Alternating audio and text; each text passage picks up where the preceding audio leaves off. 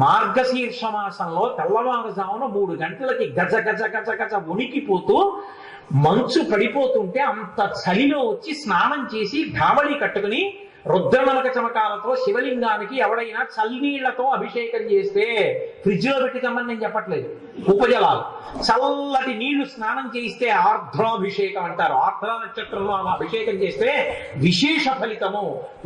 ఒక్కసారి కాకినాడ పట్టణంలో ఒక శివాలయంలో నేను ఆధ్వర్యం వహించి చేయించాను అలాగా ఆర్ద్రాభిషేకం. అద్భుతం ఆ ఉత్సవం. అంత చలి. శంకరాచార్యులు వారు దిప్పి పొడిచారు కూడా పరమశివుడు. చాలి ఏమా చెప్పొచ్చావు, పైనేమో చంద్రుడు చల్లన, ఒంటి మీద ఉన్న పాములు అడుగున చల్లగా ఉంటాయి. నేను ఎప్పుడు పట్టుకుని చూడలేదు. పాములు అడుగున చల్లన. శరీరంలో సగభాగం పార్వతీదేవి, ఆమె హిమగిరితనయ మంచుకొండ కూతురు కాబట్టి ఆవిడ చల్లన. ఉండేది మంచుకొండ, అది చల్లన. ఇవేమీ చాలలేదు నీకు. ఇంకా మార్గశీర్ష మాసం తెల్లవారకట చన్నీళ్ళ అభిషేకం కావాల్సి వచ్చింది. సాంబే పరబ్రహ్మణి స్వామిమే ఇవ్వలేవని ఈ నీళ్లు పుచ్చుకొని ఇంత ఫలితం ఇచ్చావా అన్నారు శంకరాచార్య గారు. అటువంటి మహానుభావుడు ఆయన. ఆయన అన్ని అంత సులువుగా పుచ్చుకొని అంత ఫలితాన్ని ఇస్తూ ఉంటాడు. ఒక్కసారి ఆ గడ్డి పరకలు వెలుగుతూ ఉండగా 3 మాటలు ఇలా ఇలా వెళ్ళొచ్చాడు అనుకోండి, శివ శివ శివ శివ అంటూ పల్లకీతోటి, అంతే. అక్కడ నరకద్వార దర్శనాన్ని చెయ్యనివ్వడు. పాపరాశి కాలిపోతుంది. ఏమన్నా మరి చేసిన పాపాలన్నీ అంత తేలిగ్గా పోతాయా అంటే పెద్ద దూది పర్వతం ఉంది. ఒక నిప్పు నిరుసు చాలదా కాల్చడానికి? ఒక నిరుసు చాలు, ఒక్క జ్వాలాతోరణం చాలు కాల్చేయడానికి. శ్రీరామాయణం కిష్కింధకాండలో లక్ష్మణస్వామి మాట అంటాడు, బ్రహ్మధ్వనీచ సురాపీచ చోరీ భగ్నవ్రతి తథా నిష్కృతి విహిత సిద్ధి కృతఘ్నో నాస్తి నిష్కృతి అంటాడు. దొంగతనం చేసిన వాడికి, బ్రహ్మహత్య చేసినటువంటి వాడికి ఇచ్చిన మాట తప్పిన వాడికైనా ప్రాయశ్చిత్తం ఉందేమో, కానీ చేసిన ఉపకారాన్ని మరిచిపోయినటువంటి కృతజ్ఞుడికి మాత్రం ప్రాయశ్చిత్తం ఉంది. కాబట్టి నేను కృతజ్ఞుడను కాకూడదు. కాబట్టి వారి వచ్చి మీ ముందు 4 మాటలు చెప్పేటటువంటి ప్రయత్నంలో ఉన్నాను. సరే, ఇక విషయానికి సంబంధించినంత వరకు నువ్వు దీని మీద మాట్లాడు అని నన్నేం అడగలేదు. నేను పరోక్షంగా ప్రయత్నం చేసే వాళ్ళకి ఏమైనా అలా కోరికుందేమోనని ఒక కీర్తన పాడంటే దాన్ని బట్టి నిర్ణయిస్తాను. అయినా వాళ్ళు ఇది చెప్పు అని అడగలేదు. కాబట్టి నేనేం చెప్పినా వినడానికి సిద్ధంగా ఉన్నారనుకుంటున్నాను. అలాగని నేనేమి లౌకిక విషయాలు ప్రస్తావన చేయను. ఇక్కడ ఉన్నటువంటి దేవాలయం పేరు ఉమారామలింగేశ్వర స్వామి. ఉమారామలింగేశ్వర స్వామి దేవాలయము అన్న మాటలో శక్తి స్వరూపము ఉమా అన్న పేరుతో సంకేతింపబడింది. పురుష స్వరూపము పరమేశ్వరుడు రామలింగేశ్వరుడు అన్న పేరుతో ఉన్నాడు. మీరు కొంచెం జాగ్రత్తగా ఆలోచించండి. లోకంలో ఎక్కడైనా శివాలయం ఉంటే దాన్ని మీరు ఏ పేరు పెట్టి పిలవండి, కానీ మనం మాత్రం ఏమంటామంటే శివాలయం అంటాం. అలాగే విష్ణువాలయంలో ఉన్న స్వామిని ఏ పేరు పెట్టి మీరు పిలవండి, అది పార్థసారథి దేవాలయం అనండి, ఇంకోటండి విష్ణువాలయం అండి అంటాం. ఇది స్పష్టంగా తెలియడానికి ఆలయ శిఖరం మీద పైన త్రిశూలం ఉంటే శివాలయం, అలా కాకుండా ఆ పైన చక్రం కనపడితే అది విష్ణువాలయం అని గుర్తు. శిఖరాన్ని చూసి చెప్పేయచ్చు అది ఏ దేవాలయం. ఇక్కడ ఉన్న స్వామి ఉమారామలింగేశ్వరుడు, అంటే ఆయన పేరు రామలింగేశ్వరుడు. ఎలా రామలింగేశ్వరుడైనా?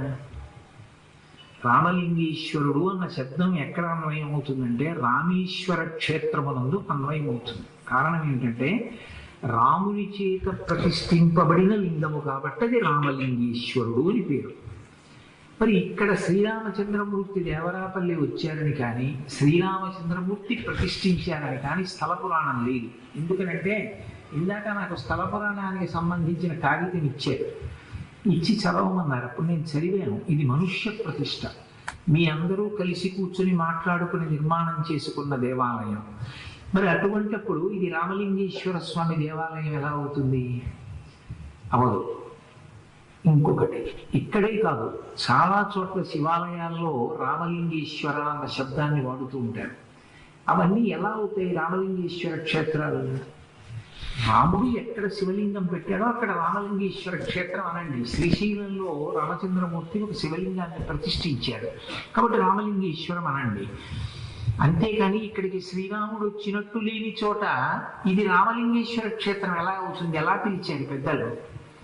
అంటే ఏమయ్యా నిన్ను ప్రవచనం చేయమంటే ఆలయం పేరుతో పట్టుకు మాట్లాడుతున్నావేమి అనుకోకండి. ఆయన రామలింగేశ్వరుడు. ఎందుకు రామలింగేశ్వరుడు అవుతాడో తెలుసా? రామచంద్రమూర్తి శివలింగ ప్రతిష్ఠ చేశారు. ఏ కారణానికి చేశారని స్కాంద పురాణం చెప్తోంది. అంటే ఆయనకి కలిగినటువంటి పాపమును తొలగతోసుకోవడానికి ఆయన లింగ ప్రతిష్ఠ చేశారు. ఏం పాపం చేశారు ఆయన? పాపము అంటే ఏమిటి? శాస్త్ర విరుద్ధ కర్మకు పాపము అని పేరు. అందుకే శాస్త్ర విరుద్ధము, లోక దూష్యము ఈ రెండు శబ్దముల చేత అన్వయమైతే, ఈ రెండు అర్థములు ప్రతిపాదింపబడితే దాన్ని పాపమని పిలవాలి. అంతేగాని కనపడిన ప్రతిదాన్ని పాపం అనకూడదు. శాస్త్ర విరుద్ధము. ఏది శాస్త్రము? నేను మీరు చెప్తే శాస్త్రం అవదు. తస్మాత్ శాస్త్రం ప్రమాణంతే కార్యాకార్యం వ్యవస్థితవు అంటాడు భగవద్గీతలో కృష్ణ భగవానుడు. శాస్త్రము అంటే పరమేశ్వర ప్రోక్తము, ఈశ్వరుడు చెప్పింది అంటే వేదము. వేద విరుద్ధమైన పని చేస్తే పాపము. ఈశ్వరుడు ఎలా ఉండమన్నాడో అలా ఉండకపోతే పాపం వస్తుంది. రెండవది శాస్త్ర విరుద్ధము, లోక దూష్యము. వేదంలో చెప్పబడిందా అన్నది కాదు, లోకమంతా దూషించే పని చేశాడనుకోండి, అప్పుడు కూడా పాపమే. అలా ఎలా వస్తుందండి? అలా పాపం ఎలా వస్తుంది అని మీరు నన్ను అడగచ్చు. మీరు ఎప్పుడూ కూడా మధురంగానే మాట్లాడాలి, ప్రియంగానే మాట్లాడాలి. మీకు ఒక సత్యం తెలుసు కదా అని అప్రియమైన సత్యాన్ని అసందర్భంగా చెప్పారనుకోండి. ఆయన పాపం 42 రోజులు దీక్ష తీసుకుని యజ్ఞం చేశాడు. 42వ రోజు పూర్ణాహుతి చేస్తున్నాడు. ఇక పీటల నుంచి లేచి పూర్ణాహుతి సంభారాన్ని అగ్నిహోత్రంలో సమర్పించాలి. ఇప్పుడు ఆయన పూర్ణాహుతి చేస్తే ఆయన దీక్ష పూర్తయిపోయింది. ఖచ్చితంగా ఆయన పూర్ణాహుతికి లేస్తుంటే మీకు ఒక విషయం తెలిసింది, ఆయన పెద్ద తండ్రి గారు చనిపోయారు. ఇప్పుడు మీకు ఒక సత్యం చెప్పే అవకాశం వచ్చింది. ఆయనతో మీరు చెప్పారనుకోండి, అయ్యా మీ పెదనాయన గారు పోయారు అని చెప్పారనుకోండి, మీరు చెప్పింది సత్యమే. కానీ ఇన్నాళ్ళ నుంచి అబద్ధాలు ఆడుతున్నా, ఇన్నాళ్ళకి నాకు సత్యం చెప్పే అవకాశం వచ్చిందని గబగబా వెళ్ళి పూర్ణాహుతి చేస్తున్న వాడి దగ్గరికి వెళ్ళి అయ్యా మీ పెదనాన్నగారు పోయారండి అన్నారు అనుకోండి, ఇప్పుడు ఆయన పూర్ణాహుతి చేయకూడదు, అశౌచ్యం వస్తుంది. ఆయన ఆగిపోయి నా దీక్ష భద్రం అయిపోయింది, అయ్యయ్యో నేను మళ్ళీ ఎప్పటికి చేయగలను అని ఏడుస్తూ కూర్చున్నాడు అనుకోండి. ఇప్పుడు 10 మంది ఏమంటారు? ఇంకా ఒక 10 నిమిషాలు పోనీ ఆయన ఏమైనా కర్త, ఆయన ఏమైనా ప్రేతం దగ్గరికి వెళ్ళి చేయవలసింది వాళ్ళ పెద్దనాన్నగారికి కోరుకుంటున్నారు. ఒక్క పావు గంట అయితే పూర్ణాహుతి అయిపోతుంది కదా, అంత 10 నిమిషాల్లో ఎందుకు చెప్పేవారు వెళ్ళి అంటారు. అంటే లోకము చేత దూషింపబడింది. లోకము చేత దూషింపబడిన పని ఏది చేసినా అది పాపమే. అంటే ఇప్పుడు శాస్త్రమాకు ప్రకారం సత్యం పలకాలి కదండి, ఆయన సత్యమే కదండి పలికాడు, మరి పాపం ఎందుకు వస్తుంది అంటే లోకదూష్యమైన పని చేశాడు కాబట్టి పాపమే. అందుకే పాపము అన్న మాటని నిర్వచనం చేశారు. ఈ రెండిటి పరిధిలోకి ఏది చేసినా అది పాపకర్మయే. శాస్త్ర విరుద్ధము, లోకదూష్యము. రామచంద్రమూర్తి శాస్త్ర విరుద్ధ కర్మ ఒక్కటే చేశారు జీవితంలో. ఏది ఆయన చేసిన పని అంటే బ్రాహ్మణ హత్య. ఎవరు ఆ బ్రాహ్మణుడు? సాక్షాత్ చతుర్ముఖ బ్రహ్మగారి యొక్క బిడ్డలు ప్రజాపతులలో ఒక ప్రజాపతి పులస్త్య బ్రహ్మ. ఆ పులస్త్య బ్రహ్మ యొక్క కుమారుడు విశ్రవసో బ్రహ్మ. విశ్రవసో బ్రహ్మ యొక్క కుమారుడు రావణ బ్రహ్మ. ఆ కారణం చేత ఆయన బ్రహ్మగారికి చాలా సమీప బంధుత్వంలో అపారమైనటువంటి బ్రాహ్మణ తేజస్సు కలిగినటువంటి బ్రాహ్మణుడు. ఇప్పుడు రావణ హత్య బ్రహ్మహత్య. బ్రహ్మహత్య పాతక స్వరూపమై వెంటపడుతుంది, కానీ రాశీభూతమైనటువంటి ధర్మస్వరూపుడు కనుక రామచంద్రమూర్తిని ఒక కారణానికి వదిలిపెట్టింది. ఒక చిన్న అధర్మాన్ని లోకం కోసం క్షత్రియుడిగా చేశాడు ఆయన. క్షత్రియుడికి లోకాన్నంతటినీ నిలబెట్టడం కోసమని అవసరమైతే దోషమైనా చెయ్యాలి. అందుకే విశ్వామిత్రుడు బాలకాండలో ఒక మాట చెప్తాడు, అది అమృతము కావచ్చు, సదోషం వా, అది దోషమే కావచ్చు, కానీ రాజ్యము యొక్క క్షేమము కొరకు క్షత్రియుడు ఆ పని చెయ్యాలి అని చెప్తాడు. ఇప్పుడు లోకాన్నంతటినీ రక్షించడం కోసం రాముణ్ణి చంపాడు, కానీ తనకేదో పగుందని రావణుణ్ణి చంపలేదు. కాబట్టి నిజానికి తిన్నగా ఆలోచన చేసినప్పుడు ఆయన చేసినది ధర్మమే, ఆయన ఖాతాలో ఏమీ పాపం పడదు. అందుకే కాలభైరవుడు వెంట పడ్డట్టుగా బ్రహ్మహత్యాపాతకం రామచంద్రమూర్తి వెంట పడలేదు. కానీ నేను నరుడి యొక్క గొప్పతనాన్ని చెప్పడానికి అవతార స్వీకారం చేశాను. అటువంటి అవతార స్వీకారం చేసిన వాడిని నేనే బ్రహ్మహత్య చేసి ఏమీ చెయ్యకుండా ఊరుకుంటే లోకంలో రేపు పొద్దున్న ఎవరైనా సరే లోకక్షేమం కోసం చంపేశానని బ్రహ్మహత్య చేయడం మొదలెడతారేమో. కాబట్టి నేను లింగ ప్రతిష్ఠ చేస్తాను, దాని వలన నేను పాపమును పోగొట్టుకుంటాను. నిజానికి ఆయనకి పాపము అన్వయము కాదు, కానీ ఆయన లింగ ప్రతిష్ఠ చేశాడు. ఏమి? ఆయన విష్ణువాంశ సంభూతుడుగా. ఆయన విష్ణువాలయ ప్రతిష్ఠయే కృష్ణావతారం అంటే పోనీ తర్వాత వచ్చింది, అంతకు ముందు వచ్చినటువంటి అవతారాలు ఉన్నాయిగా. అది కాదు, క్షీరసాగరంలో పడుకున్నటువంటి నారాయణమూర్తి మొట్టమొదట ఉన్నారుగా, అందులోంచేగా వచ్చే దశావతారాలు. కాబట్టి ఆయన క్షీరసాగర శయనమూర్తి దేవాలయము అని ఒక విష్ణువాలయం కట్టకూడదా? ఆయన కట్టలేదు, ఆయన లింగ ప్రతిష్ఠే చేశారు. ఎందుకు చేశారో తెలుసా? ఒక కారణం ఉంది. మనకి శాస్త్రంలో ఒక మాట చెప్తారు, కరచరణాదులతో కూడిన మూర్తి దేవాలయ ప్రతిష్ఠ చెయ్యాలి అంటే కొంత పుణ్యం ఉంటే అంగీకరిస్తారు. శివలింగ ప్రతిష్ఠ చెయ్యాలి, శివాలయం నిర్మించాలి అంటే విశేష పుణ్యం ఉంటే తప్ప అంగీకరించారు. అది సాక్ష్యం కాదు. మీ ఊళ్ళో శివాలయం రావడానికి ఎన్నేళ్లు పట్టింది? అర్ధంతరంగా ఆలయ నిర్మాణం ఆగిపోతే మళ్ళీ ఏ మహానుభావుడు అన్నం తినకుండా ఈ ఊరి నుంచి వెళ్ళిపోయాడో ఆయన్ని తీసుకొచ్చి మళ్ళీ శివాలయ నిర్మాణం పూర్తి చేశామని ఉంది ఆ కాగితంలో. కాబట్టి శివాలయ నిర్మాణం అంత తేలిక కాదు. పైగా విష్ణువాలయానికి ఒక లక్షణం ఉంది. ఏ కారణం చేతనైనా మూర్తి యొక్క అవయవములలో ఏదైనా కించిత్ నిధనమైనా సరే ఓ చిటికిన నీరు విరిగిందనుకోండి, ఇక ఆ మూర్తిని ఉంచుకోవడం. కళాన్యాసం అని ఆ తేజస్సుని ఒక కలశలోకి తీసేసి మళ్ళీ కొత్త మూర్తిని తీసుకొచ్చి ప్రతిష్ఠ చెయ్యాలి. శివలింగానికి పెచ్చు విరిగిపోయింది అనుకోండి, అంటే కొన్ని చోట్ల ఉన్నాయి ఇలా. దక్షారామాది క్షేత్రాల్లో శివలింగానికి కవచం పెట్టేస్తారు. ఎందుకని అంటే కవచం పెట్టి అభిషేకం చేస్తుంటారు. ఎందుచేత అంటే చాలా కాలం అదే పనిగా అభిషేకం చేస్తే ప్రత్యేకించి కొబ్బరి నీరు తినేస్తుంది. కొబ్బరి నీటికి లక్షణం ఉంటుంది. అది శిలాస్వరూపాన్ని పెచ్చులు ఊడిపోయేటట్టుగా తింటుంది. పైగా మీకు ఎక్కడైతే మధుర పదార్థాలు చాలా కాలం పాటు పడ్డాయో అక్కడ సూక్ష్మ రూపంలో ఉండేటటువంటి కీటకాదులు చేరి తులుస్తాయి శిలని కూడా. అందుకే కదా కుంభాభిషేకం చేసినప్పుడు ప్రత్యేకంగా ఒక పదార్థాన్ని పెడతారు తీసుకొచ్చి, ఆ పురుగులు చేరకుండా. శివలింగాన్ని మధుర పదార్థాలతోటి పంచామృతాలతో అభిషేకిస్తారు, పళ్ళరసాలతో. శుద్ధజలం పోసినా దాన్ని తీపంటుకుని ఉండిపోతుంది. ప్రత్యేకించి మా చైత్ర వైశాఖ మాసాల్లో మామిడి పళ్ళ రసం విశేషంగా చేసేస్తారు. ఆ తీపికి చేరిపోతే మెల్లిగా బెల్లులు ఊడుతుంది శివలింగం. అలా బెల్లులు ఊడిపోతే శివలింగాన్ని పునఃప్రతిష్ఠ చేయొచ్చా? అసలు యథార్థానికి శివాగమంలో ఏంటంటే శివలింగం అంతా శిథిలమైపోయి శివలింగం యొక్క చిన్న ముక్క భూమిలోంచి అలా ఉందనుకోండి, దానికి ఓపిక ఉంటే స్వర్ణ తొడుగు లేదా లోహంతో తొడుగు పెట్టి అభిషేకం చేసి ఇచ్చు. పునఃప్రతిష్ఠ చెయ్యాలన్న నియమం లేదు శైవాగంలో. అందుకే శివలింగాన్ని ప్రతిష్ఠ చేసినప్పుడు ఏమవుతుందంటే అది కాలమునందు పునఃప్రతిష్ఠ పొందదు. అసలు పునఃప్రతిష్ఠ అన్నమాట చాలా చోట్ల రాని రాదు. యథార్థంగా ఆగమం పాటించాలి అంటే నిజానికి శివాలయంలో పునఃప్రతిష్ఠ చేశామండి అన్నమాట అక్కర్లేదు. ఎందుకంటే లింగం అంటేనే గుర్తు, ఏదో ఒకటి ఉందా అక్కడ, చాలు అంతే. అందులోంచి వస్తాం, అందులోంచి లయం అయిపోతుంది అన్ని. లింగం అంటే లీ అంటే లయం, గా అంటే గమనం. అన్ని ఎందులోంచి వచ్చి ఎందులోంచి వెళ్ళిపోతున్నాయో దానికి సూచన లింగం. అటువంటప్పుడు అది గుర్తు అక్కడ ఉంది, చాలంతే. కాబట్టి లింగ ప్రతిష్ఠ రాముడు ఎందుకు చేశాడంటే, ఒకటి శివభక్తి తత్పరుడు, రెండు ఆ లింగాన్ని చూసినప్పుడు లోకం అంతా జ్ఞాపకం పెట్టుకుంటుంది. ఒరే ఎందుకు పెట్టాడు రాముడు శివలింగాన్ని అంటే రావణ హత్య చేశాడు కాబట్టి పెట్టాడు.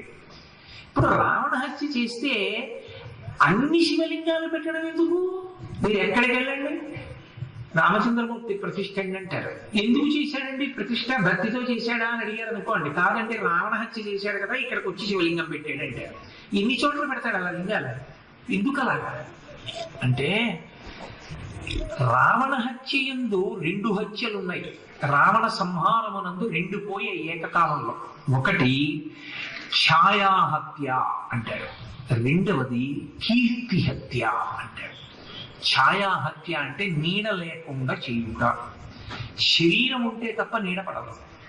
శరీరమే లేదనుకోండి, నీడ ఎక్కడి నుంచి పడుతుంది? ఆ శరీరం లేకుండా చేశాడు. అది సామాన్యమైన శరీరం కాదు, అది తపశ్శక్తి. ఆయన రోమ కూపముల నుంచి పై కొడుతుండేది రావణుడిది. అంత తపస్సు చేశాడు. అంత తపస్సు చేసినటువంటి రావణుడి యొక్క శరీరమునకు నీడ లేకుండా చేశాడంటే, ఆ శరీరము ఇక తిరగడానికి అవకాశం లేకుండా పడగొట్టేశాడు.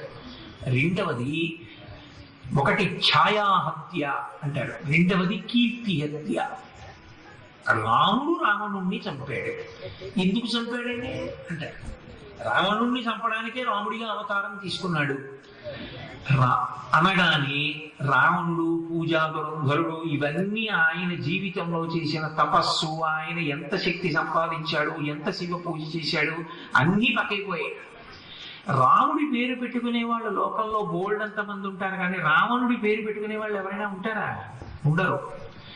ఎందుకని అంటే, ఆయన కీర్తి అంతా కూడా పోయింది. రాముడి చేతిలో చనిపోవడం వల్ల అసలు రావణ అనేటప్పటికీ పరమ దుర్మార్గుడు తప్ప రావణుని యొక్క సాధికములు, రావణుని యొక్క గొప్పతనం కూడా ఏమైనా ఉందా అంటే ఉంది అనే వాల్మీకి మహర్షి చెప్పారు. నేను ఇప్పుడే ఎవరితోనో బయలుదేరుతూ సీతారామయ్య గారి ఇంట్లో మాట్లాడి వచ్చాను.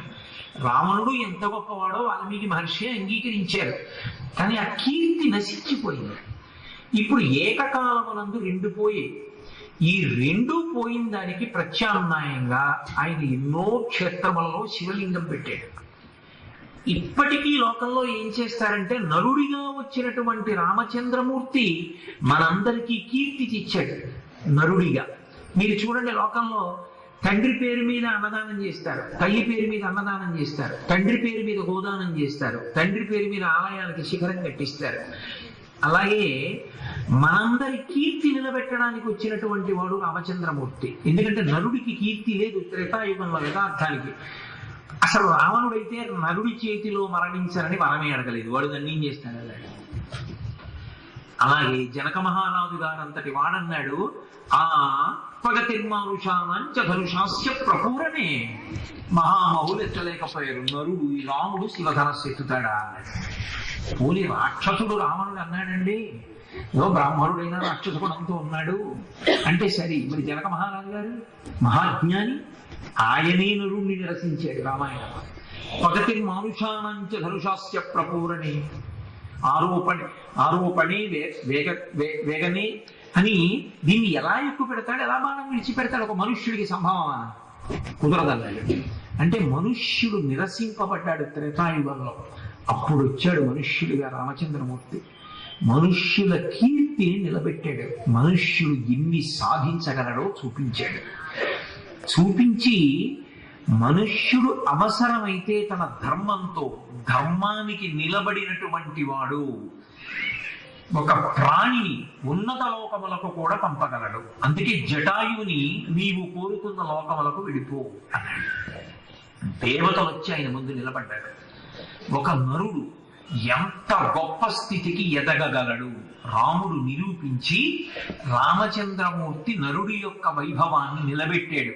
రాముడు లేని నాడు అసలు నరుడికి ఇంత ఖ్యాతి లేదు. అందుకే మనం ఏం చేస్తామంటే, మన తాతగారి పేరు మీద ఆలయానికి గోపురం కట్టినట్టు, మన నాన్నగారి పేరు మీద అన్నదానం చేసినట్టు, నరులకందరికీ కూడా మార్గదర్శకుడైనటువంటి రామచంద్రమూర్తి పేరు మీద లింగ ప్రతిష్ఠ చేసుకుంటూ ఉంటాం. అలా లింగ ప్రతిష్ఠ చేసుకున్న దేవాలయాన్ని రామలింగేశ్వరుడు అంటారు. ఆ రామలింగేశ్వరుడి దర్శనం చేస్తే వెంటనే ఎవరు స్ఫురణకొస్తారంటే, నరుడు ఈశ్వరుడు ఇద్దరు స్ఫురణకొస్తారు. నరుడిగా వచ్చి ఈశ్వర స్థాయిని పొందినవాడు రామచంద్రమూర్తి. అందుకే రామలింగేశ్వర దర్శనాన్ని ఎవరు నిరంతరము చేస్తారో వారికి ధర్మమునందు అనురక్తి ఏర్పడి ఆ ధర్మానుష్ఠాన బలం చేత జ్ఞానము కలుగుతుంది. అందుకే రామలింగేశ్వరుడు కాదు. రామలింగేశ్వరుడు అన్న పేరు చెప్పడానికి ఇంకొక కారణం ఉంది. రామలింగేశ్వరుడు ఎక్కడుంటాడు? రామేశ్వరమునందు ఉంటాడు. రామేశ్వర క్షేత్రమునందు రాముని చేత ప్రతిష్ఠింపబడిన ప్రధాన లింగం ఎక్కడుందో ఆ రామలింగ క్షేత్రానికి ఒక మర్యాద ఉంది లోకంలో.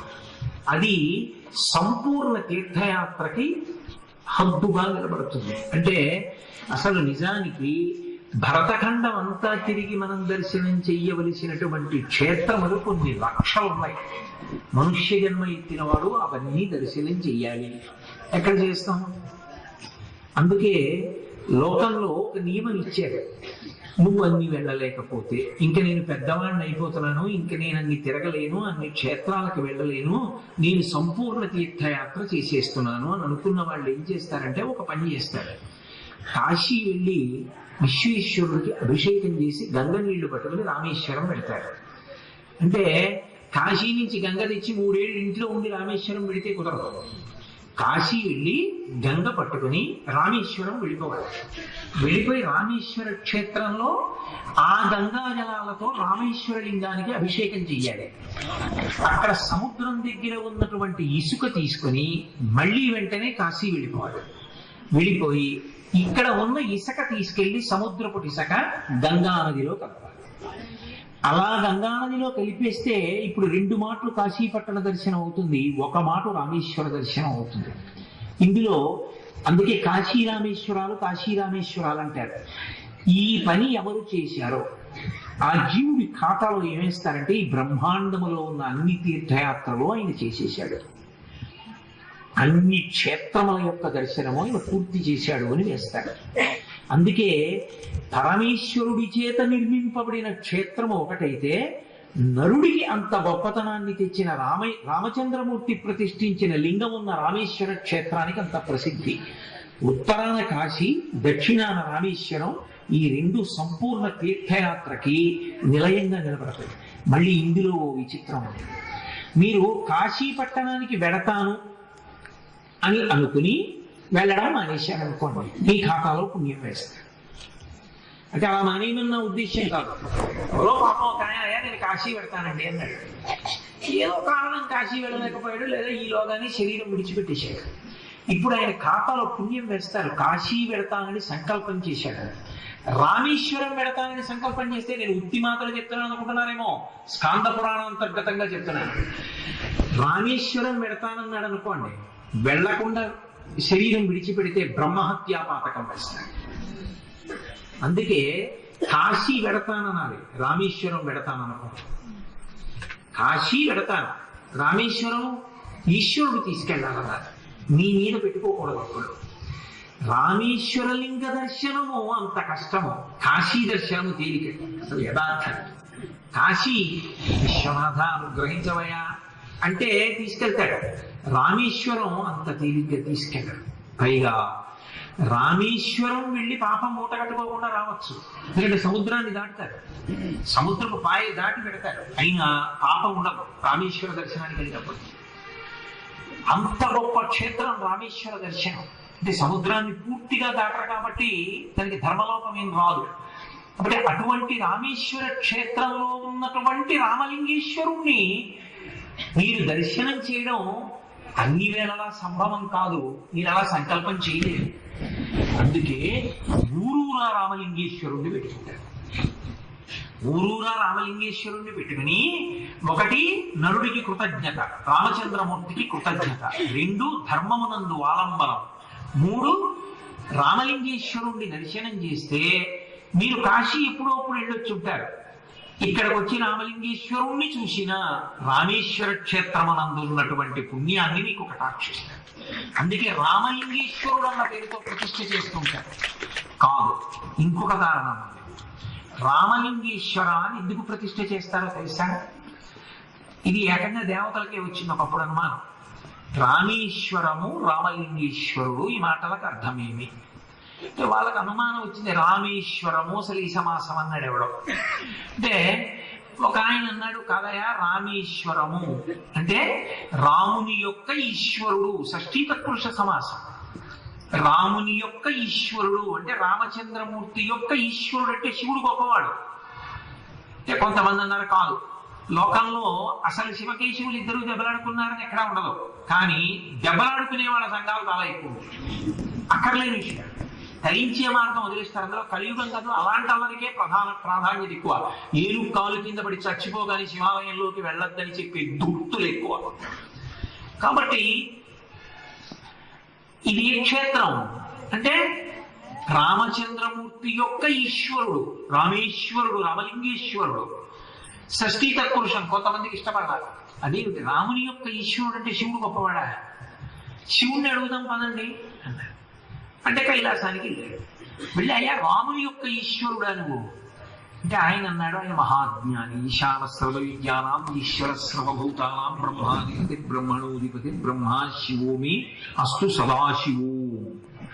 ఆయనకి ఎందుకు అహంకారం ఉంటుంది? ఆయన అన్నాడు, తప్పురా అబ్బాయి, రామేశ్వరము షష్ఠీ తత్పురుషం కాదు, రాముని యొక్క ఈశ్వరుడు కాడు, రాముని ఈశ్వరునిగా కలిగిన వాడు. రాముడే నాకు ఈశ్వరుడు, అది బహువ్రీహి సమాసం. రాముని ఈశ్వరునిగా కలిగిన వాడు, కలది కలవాడు వస్తే వ్యాకరణంలో బహువ్రీహి, కాబట్టి ఇది బహువ్రీహి సమాసం రా అన్నాడు. అంటే చూసామా, నేను చెప్పామా, శివుడు గొప్పవాడు కాదు, శివుడికి కూడా రాముడే గొప్పవాడు. అంటే వెంటనే శివుడి పక్షపాతులు అన్నారు, తప్పు, మా శివుడు అహంకారం లేనివాడు, వినయం, అందుకే అలా అంటాడు. అంటే వాళ్ళు అన్నారు, సరే రాముడిని అడుగుదాం బాగా. ఇప్పుడు రాముడు విష్ణువుగా ఉన్నాడుగా, వైకుంఠానికి వెళ్ళాడు. వెళ్ళి వైకుంఠంలో ఆయన అడిగారు, అయ్యా స్వామి, రామేశ్వరము రామలింగేశ్వరము బహువ్రీహి కదూ, రాముని ఈశ్వరుడిగా కలిగిన వాడు, నువ్వు ఈ శివుడికి ఈశ్వరుడివి అవునా? అంటే ఆయన అన్నాడు, తప్పు, శివుడు అలా అంటాడు అబద్ధం, ఆయనకి నిరాడంబరత్వం, అందుకు అలా అంటాడు. అసలు నిజానికి షష్ఠీ తత్పురుష సమాసమే నిజం. రాముని యొక్క ఈశ్వరుడు, శివుణ్ణే నేను ఆరాధిస్తానన్నాడు. వీళ్ళందరూ బయటికి వచ్చి ఇంట్రెస్ట్, విష్ణువు దగ్గరికి వెడితే శివుణ్ణి నేను ఆరాధిస్తానంటాడు, శివుడి దగ్గరికి వెడితే శివుడు విష్ణువుని ఆరాధిస్తానంటాడు. అసలు శివుడా విష్ణువా? ఎవరు ఎవరిని ఆరాధిస్తారు? ఎవరెవరికన్నా గొప్ప? వీళ్ళిద్దరూ చెప్పట్లేదు. ఇప్పుడు మూడో మనిషిని అడగాలి. ఆ మూడో మనిషి పనికి మాలిన వాడు, ఆటో వెనక అడ్వర్టైజ్మెంట్లు పెట్టుకుని ఈశ్వరుడు గురించి తిరిగేవాడిని అడిగితే వాడేం చెప్తాడు? అందుకని సరిగ్గా జ్ఞానం ఉన్నవాడిని అడగాలి. 4 ముఖములతో భగవంతుని యొక్క శబ్దాన్ని ఉచ్చరించేవాడు, 4 వేదములు చెప్పేవాడు, నాలుక మీద సరస్వతి ఉన్నవాడు, తామర పువ్వులు కూర్చునేవాడు, సృష్టి చేసినవాడు, చతుర్ముఖ బ్రహ్మగా. ఆయన అడుగుదాం, ఆయన చెప్తాడు. సరస్వతీపతి వాణీపతి కాబట్టి హిరణ్య గర్భుడు. ఆయన దగ్గరికి వెళ్ళాడు, అయా రామేశ్వరము రామలింగేశ్వరము ఇది షష్ఠీ తత్పురుష సమాసమా బహువ్రీహి సమాసమా? రాముని యొక్క ఈశ్వరుడా, రాముని ఈశ్వరుడిగా కలిగిన వాడా? ఏది నిజం? ఆయన అన్నాడు, ఓరి మీ జ్ఞానం మండిపోను, దీనికి సత్యలోకానికి వచ్చారా? ఇది బహువ్రీహి సమాసము కాదు, షష్ఠీ తత్పురుష సమాసము కాదు. రాముడే ఈశ్వరుడైనాడు, అయినాడు అని ఉంది కాబట్టి విశేషణ పూర్వపద కర్మధారయ సమాసం ఇది. కాబట్టి రాముడే ఈశ్వరుడైనాడు, రాముడొకడు ఈశ్వరుడొకడు కాడురా, రాముడే ఈశ్వరుడు, శివకేశముల మధ్య భేదము లేదు అని చెప్పిన క్షేత్రం ఏదుందో అది రామలింగేశ్వర క్షేత్రము, అది రామేశ్వర క్షేత్రము. కాబట్టి రోజు రామలింగేశ్వరుణ్ణి దర్శనం చేస్తే ఏమవుతుంది? శివకేశముల మధ్య భేదము తొలగిపోతుంది. శివుడా విష్ణువా ఈ అల్లరు ఉండదు. హాయిగా ఒక పరమాత్మే కరచరణాదులతో కనబడితే విష్ణువు, ఆ పరమాత్మే కరచరణాదులు లేని అరూప రూపిగా ఉంటే మహానుభావుడు శివలింగం. అందుకు కదూ శ్రావణ మాసంలో అర్ధరాత్రి వేళ 12 గంటలకి కరచరణాదులతో కనపడినటువంటి నల్లని శరీరం ఉన్నవాడు నల్లని అజ్ఞానాన్ని పోగొడతాడు శ్రీకృష్ణ పరమాత్మ. శ్రావణ మాసం అష్టమి అర్ధరాత్రి పుట్టాడు. అక్కడి నుంచి 6 నెలలు లెక్క పెట్టండి. భాద్రపదము, ఆశ్వీజము, కార్తీకము, మార్గశీర్షము, పుష్యము, మాఘము. మళ్ళీ 6 నెలలు తిరిగేటప్పటికి మాఘమాసంలో కృష్ణపక్షంలో చతుర్దశి నాటి అర్ధరాత్రి వేళ 12 గంటలకి కరచరణాదులు లేకుండా లింగస్వరూపంతో ఆవిర్భవించాడు మహాశివరాత్రి. అక్కడ కరచరణాదులు ఉన్నాయి, ఇక్కడ కరచరణాదులు ఉంది. మరి ఏమండి మాస శివరాత్రులు ఉన్నాయి కదా, ఇది మహాశివరాత్రి ఎందుకయింది మాఘమాసంలో అంటే, మాఘమాసంలో వచ్చినటువంటి చతుర్దశి నాటి అర్ధరాత్రి వేళ ఆవిర్భవించిన లింగం ఏదుందో అది జ్యోతిర్లింగము. అందుకే మనం మిగిలినవి శివాలయాలన్నా లింగాలన్నా 12 మాత్రం జ్యోతిర్లింగాలని పిలుస్తాం. 12 జ్యోతిర్లింగములు. నిజానికి మిగిలినవన్నీ కలిపి జ్యోతిర్లింగములు లేవు. లోకంలో ఒక ఆచారం ఒకటి ఉంది, జ్యోతిర్లింగార్చన చేశాము అని శివలింగాన్ని జ్యోతుల రూపంలో పెట్టి ఆరాధన చేస్తూ ఉంటారు. కానీ మీరు జాగ్రత్తగా ఆలోచించండి, శాస్త్రంలో ఒక జ్యోతి లింగ స్వరూపం. జ్యోతులన్నీ కలిపి లింగం అవదు, ఒక జ్యోతి లింగం. అందుకే యజుర్వేదంలో రుద్రాధ్యాయానికి ప్రారంభంలో ధ్యాన శ్లోకం ఏమంటుందంటే, ఆపాతానన భక్తలంత భువన బ్రహ్మాండమా విస్ఫుర జ్యోతి స్ఫాటిక లింగ. పాతాళం నుంచి బ్రహ్మాండం పై వరకు ఒకే శివలింగం ఏర్పడింది, జ్యోతిర్లింగం. జ్యోతిర్లింగం అంటే ఏంటి అసలు? కాశీలో జ్యోతిర్లింగం ఉంది, సౌరాష్ట్రే సోమనాథం చ శ్రీశైలే మల్లికార్జునం ఉజ్జయిన్యాం మహాకాళం చదువుతుంటాం కదా. జ్యోతిర్లింగం అంటున్నారు కదా, పోలి మిగిలిన వదిలేయండి. శ్రీశైలం మీ అందరూ వెళ్ళిందే, కాశీ మీ అందరూ వెళ్ళిందే. శ్రీశైలంలో లోపల శివలింగం ఉందా, దీపం ఉందా? జ్యోతి అంటే దీపం కదా, మరి అక్కడ దీపం ఉందా, శివలింగం ఉందా? శివలింగం ఉంది, అదేం జ్యోతి కాదు. నేను తలుపులన్నీ వేసి లైట్ అర్పించాను అనుకోండి, శివలింగం ఎక్కడుంది చెప్పంటే చెప్పగలరా? మీకు ఇంకో దీపం ఉండాలి కదా, ఇంకో దీపం అక్కడ వెలిగితే మొట్టమొదటిసారి వెళ్ళిన వాడికి కళ్ళకు గంతల కట్టో, లేకపోతే చీకట్లో కటిక చీకట్లోనో తీసుకెళ్లి తలుపులు వేసేసి శ్రీశైలం అంతరాలయంలో ఉడే ఎక్కడుంది శివలింగం అన్నారనుకోండి, చెప్తాడా? ఓ ప్రమిది చేతికి ఇచ్చారనుకోండి, అదిగోనండి లింగం అంటే.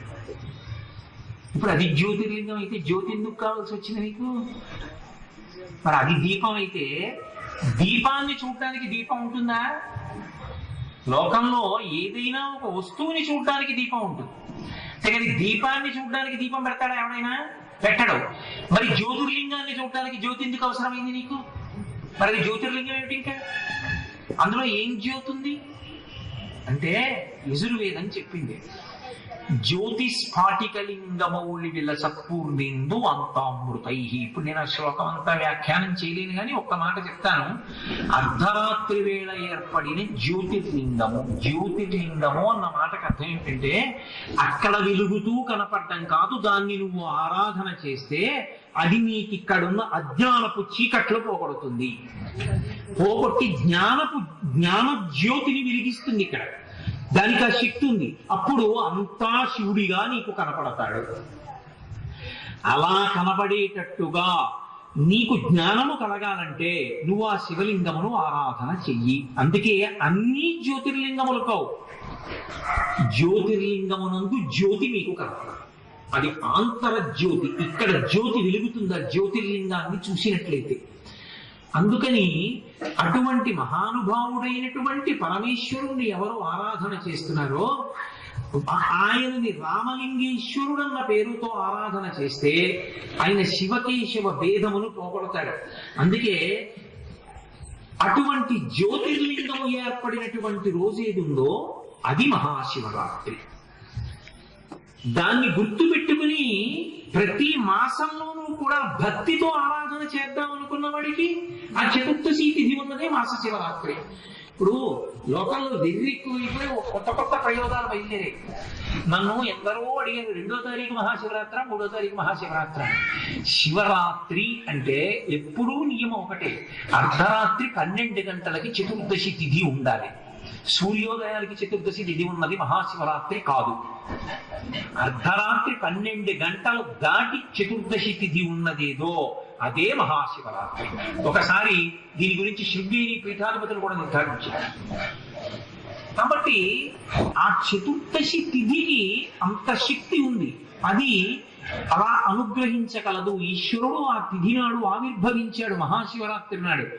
దాన్ని జ్ఞాపకం పెట్టుకుని మనం ప్రతి శివరాత్రిన ప్రతి మాసంలో వచ్చే చతుర్దశిని మాస శివరాత్రి అన్న పేరుతో ఆరాధన చేస్తూ ఉంటాం. ప్రతి మాస శివరాత్రి చేస్తే అబ్బా మహాశివరాత్రి ఎప్పుడు వస్తుందండి అని మీలో ఆర్తి కలగాలి అని. అందుకని అంతేగాని జాగరణ అన్న మాటకు అర్థం ఏదో ఉత్తినే అర్థం పర్థం లేకుండా తగినంత కారణం లేకుండా మేల్కొని ఉండుట అన్నది కాదు. జాగరణము అన్న మాటకు అర్థం ఏంటంటే భగవంతుని యొక్క ఉపాసన యందు నీ శరీరములకు నిద్ర రాకుండా ఉండుట. అలా నువ్వు నిలబడగలిగితే, అలా అర్ధరాత్రి వేళ శివలింగ ఆవిర్భావాన్ని అలా నువ్వు ధ్యానం చేయగలవా అని అడిగింది వేదం. ఆవిస్ఫుర జ్యోతిస్ఫాటికలింగమౌళి విలసత్పూర్ణిందువంతామృతై అస్తోకాప్లుతమేకమీశమనిశం రుద్రాను వాకాం జపం ధ్యాయేత్ ఈప్సిత సిద్ధయే. అదిగో అటువంటి వాడి గురించి నువ్వు జపం చేసినా, ధ్యాయేత్ నువ్వు ధ్యానం చేసినా ఈప్సిత సిద్ధయే నీ కోరికలు తీరిపోతున్నాయి. అంటే ఇప్పుడు నిజానికి ఆ సమయంలో ఏం చెయ్యమని అంటే, ఒకటి మహాశివరాత్రి అర్ధరాత్రి వేళ శివలింగానికి అభిషేకం జరుగుతుండగా చూస్తూ కూర్చో. రెండు, ఇక్కడ నువ్వు ధ్యానం చెయ్యి. శివలింగం కటిక చీకట్లో ఎలా ఆవిర్భవించి ఉంటుంది, వెలుతురు చిమ్ముతూ. చీకట్లోనే వెలుతురుకి ఎక్కువ ప్రాధాన్యత ఉంటుంది కాబట్టి ఆ జ్యోతిర్లింగాన్ని భావన చెయ్యి. మూడు, నువ్వు ఇవేవీ చెయ్యలేకపోతే రుద్రాన్ని పారాయణ చెయ్యి. రుద్రానికి ఒక శక్తి ఉంది. రుద్రంతో అభిషేకమే చెయ్యాలి అని లేదు. రుద్రాన్ని మీరు పారాయణ చేస్తే చాలు. అందున పైకి శబ్దం రాకుండా లోపల కానీ పారాయణ చేశాడనుకోండి, దాని శక్తి మరింత ద్విగుణీకృతం. అర్ధరాత్రి 12 గంటల వేళ రుద్రాన్ని పారాయణ చేస్తూ కూర్చున్న వాడికి కూడా అంతే శక్తి. అంతకన్నా సులువు తీసుకురావడానికి, అంటే ఒక వయసు దాటిన తరువాత ఉండలేడేమో అని ఇంకొకటి సౌకర్యం ఇచ్చారు. మాఘకృష్ణ చతుర్దశి నాటి అసుర సంధ్య వేళ ప్రదోష వేళ ఒక్క మారేడు గలమైన శివలింగం మీద ఎవడు వేస్తున్నాడో వాడికి ఇక మోక్షం వస్తుందా అన్న ప్రశ్న అడగవద్దు. ఇచ్చి తీరుతాం. ఎందుకని అంటే ఆ మారేడు దళానికి ఆ శివలింగానికి ఉన్న శక్తి అటువంటిది, ఆ దేశకాలములు అటువంటిది. ప్రదోష వేళలో శివలింగం మీద ఎవరు వేస్తున్నారో మారేడు దళాన్ని వాడు మోక్షమునకు అధికారి అంతే. కాబట్టి నువ్వేమీ చెయ్యలేవు. మారేడు దళం తెచ్చుకుని మారేడు దళాన్ని ఓం శివాయ నమః శివాయ నమః, నీకు ఇంకేమీ రావక్కర్లా. శివాయ నమః ఒక మారేడు దళం వేస్తుంటే చాలు, నీకు ఇచ్చేస్తారు. ఎలా ఇచ్చేస్తారండి? ఓ మారేడు దళం వేస్తే అయిపోతుందా? అలా ఎలా వస్తుంది అని మీకు అనుమానం రావచ్చు. ప్రత్యామ్నాయము అని లోకంలో ఒకటి ఉంటుంది. అన్నం తినకుండా మంచాన పడి ఉంటాడు ఒక ఆయన. డాక్టర్ గారు ఏం చేస్తారు? ఓ సెలైన్ బాటిల్ పెట్టి సూది పెట్టి ఎక్కిస్తాడు. వాడు బతికాడా చచ్చిపోయాడా? వాడు బతుకుంటాడు అన్నం తిన్నట్టే. అన్నం తిన్న వాడు పండు తిన్నాడు, పండు తినని వాడు పాలు తాగాడు. బతికే ఉన్నాడా లేదా? మళ్ళీ అన్నం తినే వరకు అది పనికి వస్తుంది. అదేంటండి పాలు తాగితే ఎలా పనికి వస్తుందండి అంటే, పనికి వస్తుంది. ఒకప్పుడు అన్నం పెడితే వికటిస్తుంది, పాలు తాగితే బతుకుతాడు. పసిపిల్లాడికి అన్నం పెడతావా? పాలు ఇస్తే చాలు.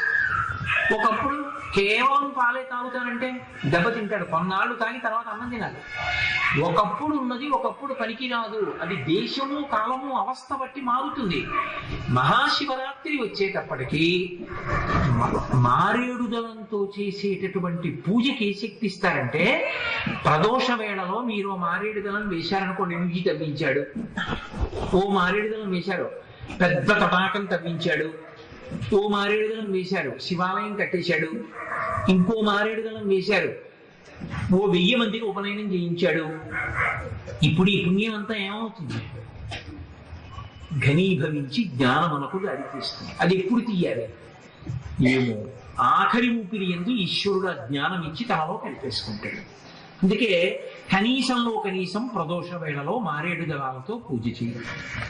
మహాశివరాత్రి పర్వం అంత గొప్ప పర్వదినం. అందుకని రామలింగేశ్వర క్షేత్రము, ఇటువంటి క్షేత్రంలో ఆరాధన చెయ్యగలిగితే అది ద్విగుణీకృత పుణ్యం. పరమేశ్వరుని యొక్క అనుగ్రహం విశేషంగా వర్షిస్తుంది. అందుకని రామలింగేశ్వర అని పెట్టుకుంటారు. సరే ఇంక నేను రామలింగేశ్వర అన్న శబ్దం గురించి అక్కడితో వదిలేస్తాను. ఉమా సహిత రామలింగేశ్వర.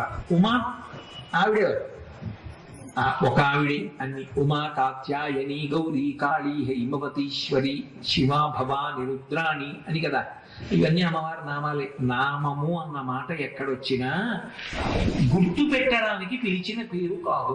భగవంతుడి విషయంలో గుర్తు పట్టడానికో వాళ్ళ నాన్నగారు బాలసారి చేసి పెట్టిన పేరు కాదు. బారసాల కాదు. బారసాల అంటే చాలా భారమైనటువంటి శాల, చాలా బరువైనటువంటి ఓ పాక. బాలసారే. బాలసారే అంటే బాలుడు, పిల్లవాడికి సారే అంటే కానుకిచ్చుతాడు. అయ్యో కొత్తగా ఇంట్లో పిల్లాడు పుట్టాడు, వాడికి తీసుకెళ్ళి ఓ పట్టుబట్టించి వాడికి ఉంగరం పెట్టి వాడికి కాస్త ఏదో ఓ వెండి మోతాడు ఇచ్చి ఇలా బహుమానాలు ఇచ్చారనుకోండి, బాలుడికి పెట్టిన సారే. కాబట్టి బాలసారే. బాలసారే అని పిలుస్తారు కొత్తగా ఈ లోకంలో వచ్చిన వాడికి బంధువులు కానుకలు ఇచ్చే రోజు కాబట్టి. అంతేగాని భారసాల కాదు. తిరగేసి వీడు పుట్టాడు మా కర్మ 116 ఇవ్వాల్సి వచ్చిందని ఏడుస్తున్నాను అనుకుంటాను. ఆఖరికి లోకంలో మనం ఏం చేస్తున్నామో అదే సత్యంగా పిలవడం వచ్చింది. అది విచిత్రం. కాబట్టి భారసాల కాదు, బాలసారే. అలా బాలసారం అనేది పేరు పెడతారు. అది ఎందుకు అంటే వాళ్ళు గుర్తుపట్టడానికి. ఇంతమంది ఉన్నారనుకోండి, వాళ్ళని ఎవరినో పిలవవలసి వస్తే ఆ పిలవమన్న ఉద్దేశం కాదు సభలో. ఏదో వాడి పేరు పెట్టి పిలిస్తే వాడు ఓయి అంటుంటాడు. అలా ఈశ్వరుణ్ణి పిలవమని కాదు. ఈశ్వరుడికి పేర్లు ఎందుకు వస్తాయంటే అన్ని పేర్లు ఎవరో పెట్టారని మీరు భావన చేయకూడదు. అవి గౌణములు. గౌణములు అంటే భగవంతుని యొక్క గుణముల వలన పేరు వస్తుంది. అమ్మవారికి కూడా గుణము వలన పేరు వచ్చింది ఒక్కొక్కప్పుడు. అందుకే ఆవిడ ఏం గుణం ప్రకటించింది? ఉమా అంటే ఆమె తపస్సుకి బయలుదేరింది. పరమేశ్వరుణ్ణి భర్తగా చేసుకుంటాను. తల్లి మేనకాదేవి వచ్చింది, ఉమా వెళ్ళవద్దు. హిమవంతుడు వచ్చన్నాడు, ఉమా వెళ్ళవద్దు. దేనికి వెళ్ళవద్దు? సినిమాకో షికారుకో కాదు, పరమేశ్వరుణ్ణి భర్తగా చేసుకోవడానికి తపస్సు చేయడానికి వెళ్ళవద్దు. ఏం వాళ్ళకెందుకు కోపం? ఎందుకు వెళ్ళొద్దంటారు అంటే వాళ్ళకు భయం. ఏమిటా భయం? ఆవిడ పరమశివుడు తపస్సు చేస్తుంటే సేవ చేసింది ఇద్దరు మంత్రులు. సేవ చేస్తే ఈవిడికి ఆయన్ని భర్తగా చేసుకుందామని ఉంది. నిజానికి ఆయన కూడా ఆవిడ్ని భార్యగా చేసుకుందామని తపస్సు చేశాడు. నిజ తపఫలాభ్యాం అన్నారు కూడా శంకరాచార్య వారు. మరి ఏమిటి అభ్యంతరం? మన్మధుడు బాణం వేశాడు. దానికంత కోపం ఎందుకు? దంపతుల మీద మన్మథ బాణం పడదు అంటే సృష్టి చేసిన నా మీద నా సృష్టిలో వచ్చిన వాడు బాణం వేయడమే. తండ్రి కొడుక్కి పెళ్లి సంబంధం చూసి కోడల్ని ఇంటికి తెచ్చుకుంటే చాలా మర్యాదగా ఉంటుంది, చాలా అందంగా ఉంటుంది. అది తండ్రికి ఉన్నటువంటి హక్కు తప్ప కొడుకు తండ్రి దగ్గరికి వెళ్ళి అమ్మాయి నువ్వు ఎలా భరిస్తున్నావమ్మా అన్నాడు అనుకోండి, చాలా అసహ్యంగా ఉంటుంది. అది కుసంస్కారం. తండ్రి అమ్మ చేత ఎలా భరింపబడుతున్నాడని ప్రశ్న వేయడానికి అది నిన్ను కలది తండ్రి. అదే నువ్వు అడగవలసిన ప్రశ్న. అపసవ్యంగా ఉంటుంది. నా సృష్టిలో వాడు నా మీద బాణం వేయడం ఏమిటి? కామం కలగడం అసహ్యం కలది. మన్మధుడు ఆయన మీద బాణం వేసి కామం కల్పించడం హద్దు మీరాడు, కాల్చేసాడు. ఇప్పుడు కాముణ్ణి కాల్చిన వాడిని భర్తగా చేసుకుంటానని తపస్సేం నీకు. కాబట్టి వద్దమ్మా, చాలా కష్టం, అలాంటి వాడిని లోక తీసుకోలేదు, వెళ్ళదు. కాబట్టి ఉమా వెళ్ళొద్దన్నారు. ఆవిడ వెళ్ళకపోతే ఏమై ఉండేది? మనం ఎవరం ఉండం. కారణం ఏమి? తండ్రి లేకుండా లోకం ఎక్కడి నుంచి వస్తుంది? జగతపితరం వందే పార్వతీ పరమేశ్వరో. ప్రకృతి పురుషుడు కలిసి ఉండాలి. కలిసి ఉంటేనే సంతానోత్పత్తి. ఈ లోకములన్నీ పుట్టాలంటే వాళ్ళిద్దరూ తల్లిదండ్రులుగా ఉండాలి. మరి ఇప్పుడు తండ్రిని తెచ్చి పక్కన కూర్చోబెట్టుకోవాలి ఆవిడ. తండ్రి అంటే మన తండ్రిని ఆయన చేత తాళి కట్టించుకోవాలి. ఆయన ఇష్టపడి తాళి కట్టి కామేశ్వరుడై పక్కన వచ్చి కూర్చుని అమ్మవారిని సంతోషంగా చూస్తే తప్ప జగత్తు ఉత్పత్తి కాదు. ఇప్పుడు ఆవిడ ఉమా అంటే తపస్సుకి వెళ్ళవద్దు. ఆవిడ ఎందుకు వెళతాను? పెంచితనానికా హఠానికా? కాదు, రెండు కారణాలు. ఏమిటా రెండు కారణాలంటే, నేను ఎంతమందికైనా కూతురుగా వస్తాను. ఒకప్పుడు దక్షుడికి వచ్చాను దాక్షాయిని, ఒకప్పుడు భృగు మహర్షికి వచ్చాను భార్గవి, ఒకప్పుడు అదిగో ఆ దక్షిణ భారతదేశంలో ఆ మలయ శబ్దం చేత పిలవబడేటటువంటి మధురా నగరాన్ని పరిపాలించినటువంటి రాజుకి కుమార్తెగా వచ్చింది మీనాక్షి. అలాగే ఒకనకొకప్పుడు హిమవంతునికి కుమార్తెగా వచ్చింది హిమగిరి తనయే హేమలతే. కాబట్టి హిమగిరి యొక్క కుమార్తె అయిన హేమలత బంగారు తీగ, అటువంటి కుమార్తెగా వచ్చింది కాబట్టి హైమవతి. ఎంతమందికైనా కూతురవుతుంది, భార్య మాత్రం ఒక్క పరమేశ్వరుడికి. అది ఆవిడ పాతివ్రత్యం. భర్త ఒక్కడే, అసలు ఇంకొక మాట అనడానికి వీల్లేదు ఎవడో. ఆయన ఒక్కడే పతి. ఆమె వంక ఆడదానిగా చూసే అధికారము పరమేశ్వరునికి ఒక్కనికే. అందుకే ఆమెను కామముతో చూసేవాడు ఎవరు అంటే శివుడు ఒక్కడే. అందుకే ఆవిడ శివకామ సుందరి. మనందరికీ అఖిలాండీశ్వరి, మనకందరికీ జగన్మాత. ఆమె మన అమ్మ అంటే. అలా కాకుండా నేను పురుషుణ్ణి అని ఎవరైనా నిలబడ్డాడో, శివే శృంగారాధ్ర తదితరజనే కుత్సమపర, నేను పురుషుణ్ణి అమ్మవారి దగ్గరికి వెళ్ళి నిలబడే వాటి పట్ల అమ్మవారి కన్ను ఎర్రబడుతుంది అన్నారు శంకరాచార్య వారు. ఆవిడ అమ్మ దగ్గర ఇంకొకలా చూడకూడదు. అమ్మే అంతే. పాలు పొంగితే నీళ్లు చల్లితే లోపలికి వెళ్ళిపోవాలి గిన్నెలోకి, అది దాని ధర్మం. అమ్మ అంటే కామం వెనక్కి వెళ్ళిపోవాలంతే. అటువంటి జగదంబ మనకి. ఆమె లోకములకు తల్లి గుర్తు చేస్తుంది ఉమా అన్న శబ్దంతో. రెండవది, ఆమె లేని నాడు సృష్టి లేదు. ఆమె పరమేశ్వరుణ్ణి పొందింది కాబట్టి భర్తగా మనందరం ఉన్నాం. మనం మళ్ళీ పరమేశ్వరుణ్ణి చేరుకోవడానికి ఆవిడే మార్గం. అందుకే ఉమా అన్న శబ్దం ఎక్కడున్నా ఇన్ని విషయాలను ఆవిడ సూచిస్తుంది. మహాపతివ్రత. పెళ్లి కాని వాళ్ళకి పెళ్ళవుతుంది ఉమా శబ్దం. ఎందుకంటే ఆవిడ పెళ్లి కోసం బయలుదేరినప్పుడే ఉమా శబ్దం వాడబడింది. అందుకే ఎక్కడ ఉమాదేవతారాధన జరుగుతుందో అక్కడ పెళ్లిళ్ళు అవుతాయి. ఆవిడ లోకములను కన్న తల్లి. ఉమా అన్న శబ్దంతో ఆరాధన చేస్తే బిడ్డలు పుడతారు. ఉమా అన్న శబ్దంతో ఆరాధన చేస్తే జ్ఞానము కలిగి తండ్రిలో కలిసిపోతారు. ఉమా అన్న శబ్దంతో పిలిస్తే జగత్తునంతటిని ఆవిడ రక్షిస్తుంది మీనాక్షి. ఆవిడ చూపులతో కాపాడుతుంది. అందుకే పూర్వం ప్రతి 5 కుటుంబాలలోనూ ఒక కుటుంబంలో ఆడపిల్లకి ఉమాదేవి అని పేరుండేది.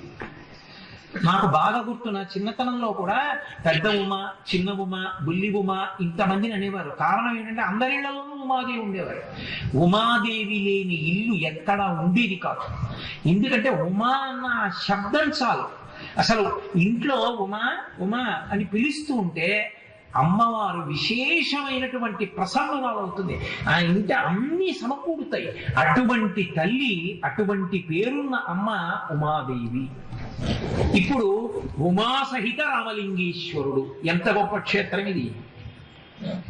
పేరు పెట్టుకోవడం అంటే ఏదో పేరు పెట్టుకోవడం కాదు, పేరు పెట్టడంలో పెద్దల యొక్క నైపుణ్యం పైకొస్తుంది. ఎంత గొప్ప పేరు ఉంచారో చూడండి, ఉమాసహిత రామలింగేశ్వర స్వామి. ఇప్పుడు ఆ తల్లి ముందుకెళ్ళి ఆ భావనతో నిలబడ్డాడు అనుకోండి, ఇన్ని మాటలు నిలబడాలి, ఇన్ని మాటలు నమస్కారం చేస్తే ఆవిడ అనుగ్రహం కలుగుతుంది. అంటే శంకరాచార్యుల వారు అన్నారు, ఆ శబ్దము యొక్క అర్థము ఎవడికి తెలిసిందో, ఆ అనుబంధము ఎవడు పెంచుకున్నాడో, ఎవడు ఆభక్తితో నిలబడగలడో వాడు ఎన్నో మార్లు పిలవక్కర్లేదు, ఎన్నో మార్లు నమస్కరించక్కర్లేదు. సకృన్నత్వా నత్వా. సకృత్ అంటే ఒక్కసారి అటువంటి వాడు తెలిసి నమస్కరిస్తే అంతే, వాడు పండిపోయింది. ఉమా శబ్దానికి ఉన్న గొప్పతనం, నీకు ఉమా అన్న మాటకు అర్థం తెలిసి ఒకేసారి నమస్కరించారనుకోండి పరమ భక్తితో. ఇప్పుడు నేను మీకు చెప్తుండగా మన దేవాలయంలో ఉన్న అమ్మవారు ఇంత గొప్పదా అన్న భావనతో మీరు సంతోషంతో ఇలా అనుకున్నారనుకోండి చాలండి. అందుకే శంకరులు అభయం ఇచ్చారు లోకానికి, సకృన్నత్వా నత్వా అని. ఒకసారి నమస్కరిస్తే ఆవిడ అనుగ్రహించేస్తారు. అంటే అంత బహుప్రసన్నురాలు. అనుగ్రహము అంటే ఎలా ఇస్తుంది, ఎలా తెలుస్తుంది అనుగ్రహించిందని అంటే, తల్లిది మీనదీక్ష. ఆవిడ అనుగ్రహించడము అంటే నీకు తెలియక్కర్లేదు, ఆవిడ చూస్తుంది ఒక్కసారి. మీరు చూడండి, లోకంలో ఎదురుగుండా నిలబడిన వాళ్ళు చాలా మంది ఉన్నారనుకోండి, వాళ్ళ వంక చూశామా అంటే చూస్తాం, చూడలేదా అంటే చూడం. ఎందుకని అంతమంది నిలబడున్నారు అనుకోండి, నేను ఇలా మధ్యలోంచి వెళ్ళిపోయాను అనుకోండి, నాకు వాళ్ళ వంక చూసే అవకాశం ఉంటుందా? ఉండదు. అందుకే ఉమాదేవి అన్న పేరుంటే ఒక లక్షణం ఉంటుంది. ఏమిటుంటుందో తెలుసా అండి? ప్రణిపాత మనకు అనుగ్రహిస్తుంది. అందుకే రామాయణంలో సుందరకాండలో మహర్షి ఒక రహస్యం చెప్తారు. ప్రణిపాత ప్రసన్నాహి మైథిలీ జనకాత్మజ అలమేష పవిత్రాతుం రాక్షసో మహతో భయాత్ అంటారు.